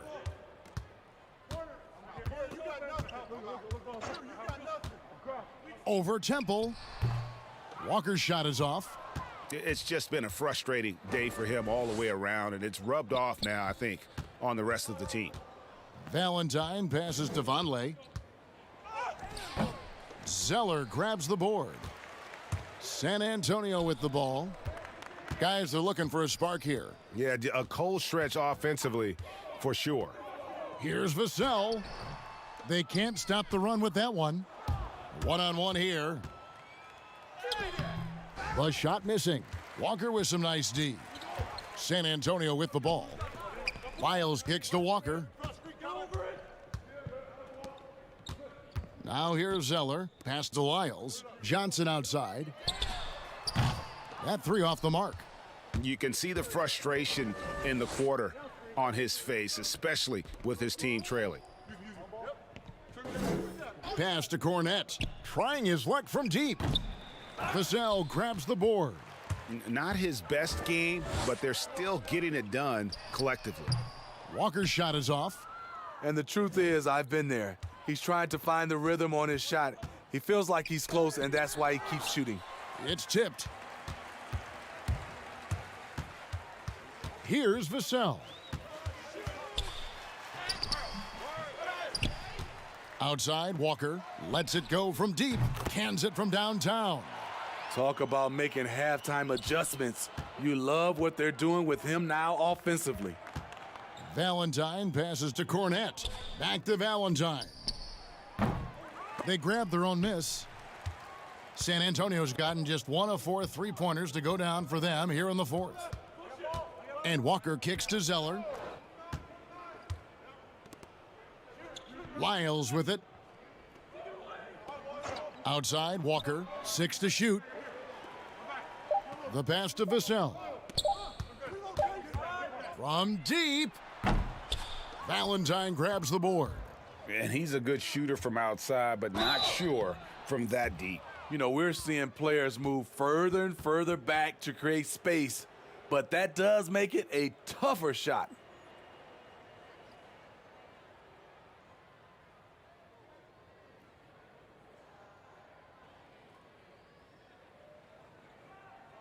Take a break. Take a break. 2 shots.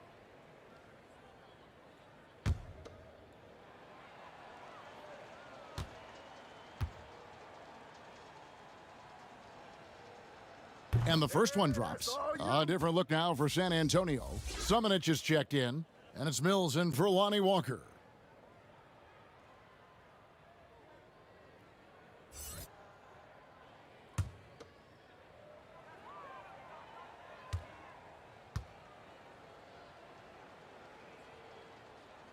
So he gets them both.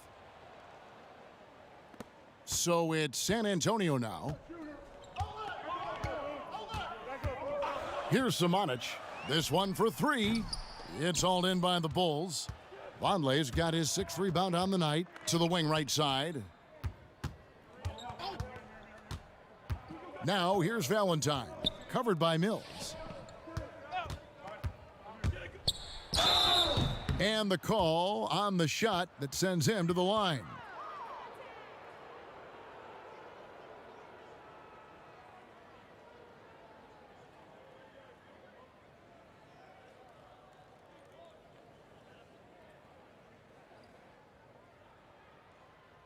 Take a break. Take a break. 2 shots.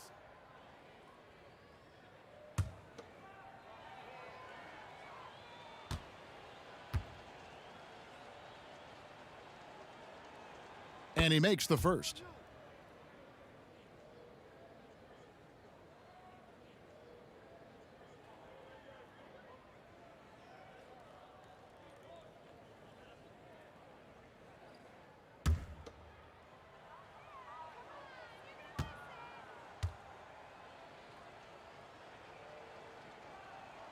He doesn't get the second one.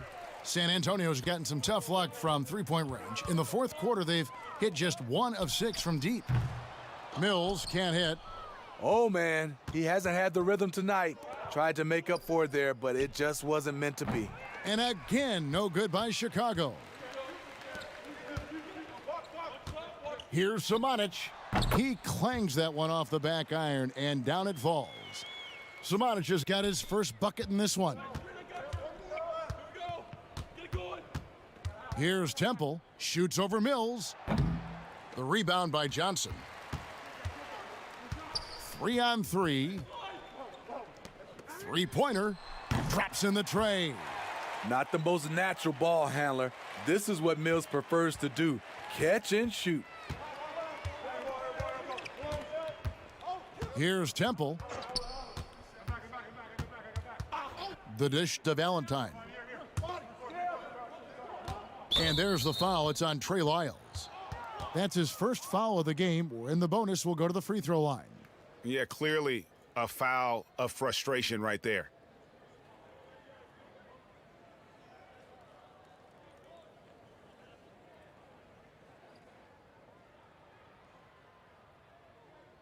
Take a break. Take a break. 2 shots.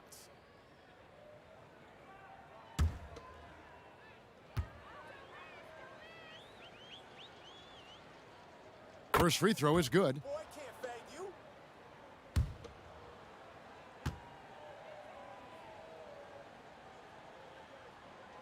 Both shots good from the stripe. And so it's Johnson who brings the ball up for the Spurs. Mills finds Johnson. Now Zeller. Passes to Sumanich. 6 on the shot clock. Pass to Mills. His three-pointer's off the mark. The Bulls shooting from the field, 44%, not bad. Pass to Valentine. Wide open shot is on the money. Now, that's a high percentage look when the D doesn't fight over the screen. Reason why it takes extra energy to do it. You have to trust your defensive rotations, but it's worth it. Now here's Mills. And foul on the shot. He'll shoot 2 at the free throw line. And Mills in the NBA for over a decade now, GA, but he still has incredible speed that's key to his game. And Kevin, with Mills, that end-to-end speed doesn't get shown off too often. In the half court, though, he does a great job of creating looks for himself, accelerates off of screens, can still leave a defender in the dust when he turns it on. 2 shots. Relax on the first.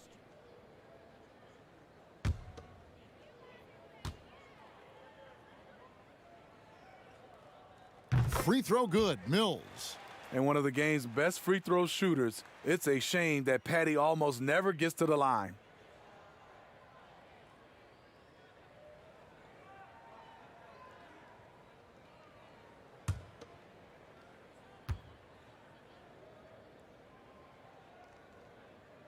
And both free throws good for Mills. The veteran guard, Patty Mills, has spent the majority of his career with the Spurs. Mills is a fantastic weapon off the bench. Here's Temple. And that one drops for him. Wow, he doesn't make plays like that very often. That's a nice move inside. Now Mills. It's blocked. And so it's going to end up in the record books as a blowout, a dominating performance for the Bulls. And this was one that never really was in doubt, I thought, an all-around dominant performance. And you kind of thought that maybe even going into the game. Yeah, there was a sense of that, and man, they just pretty much blew them right out of the water. A clinic was put on display here today. And every win important. And this one will go down as win number 3. And so they'll take the first game of the season series, a team they'll only see twice. They're certainly happy to start it off with a win. And we watched them all night long. No one could really stop them. Just another excellent game it was for Zach LaVine. He just looked like an orchestrator out there. His teammates kept running to the open spot, and he found them time and time again. On the heels of this run, you wonder, where was this effort earlier on? Well, the question becomes, are they playing that much better now, or has their opponent taken the rest of the night off?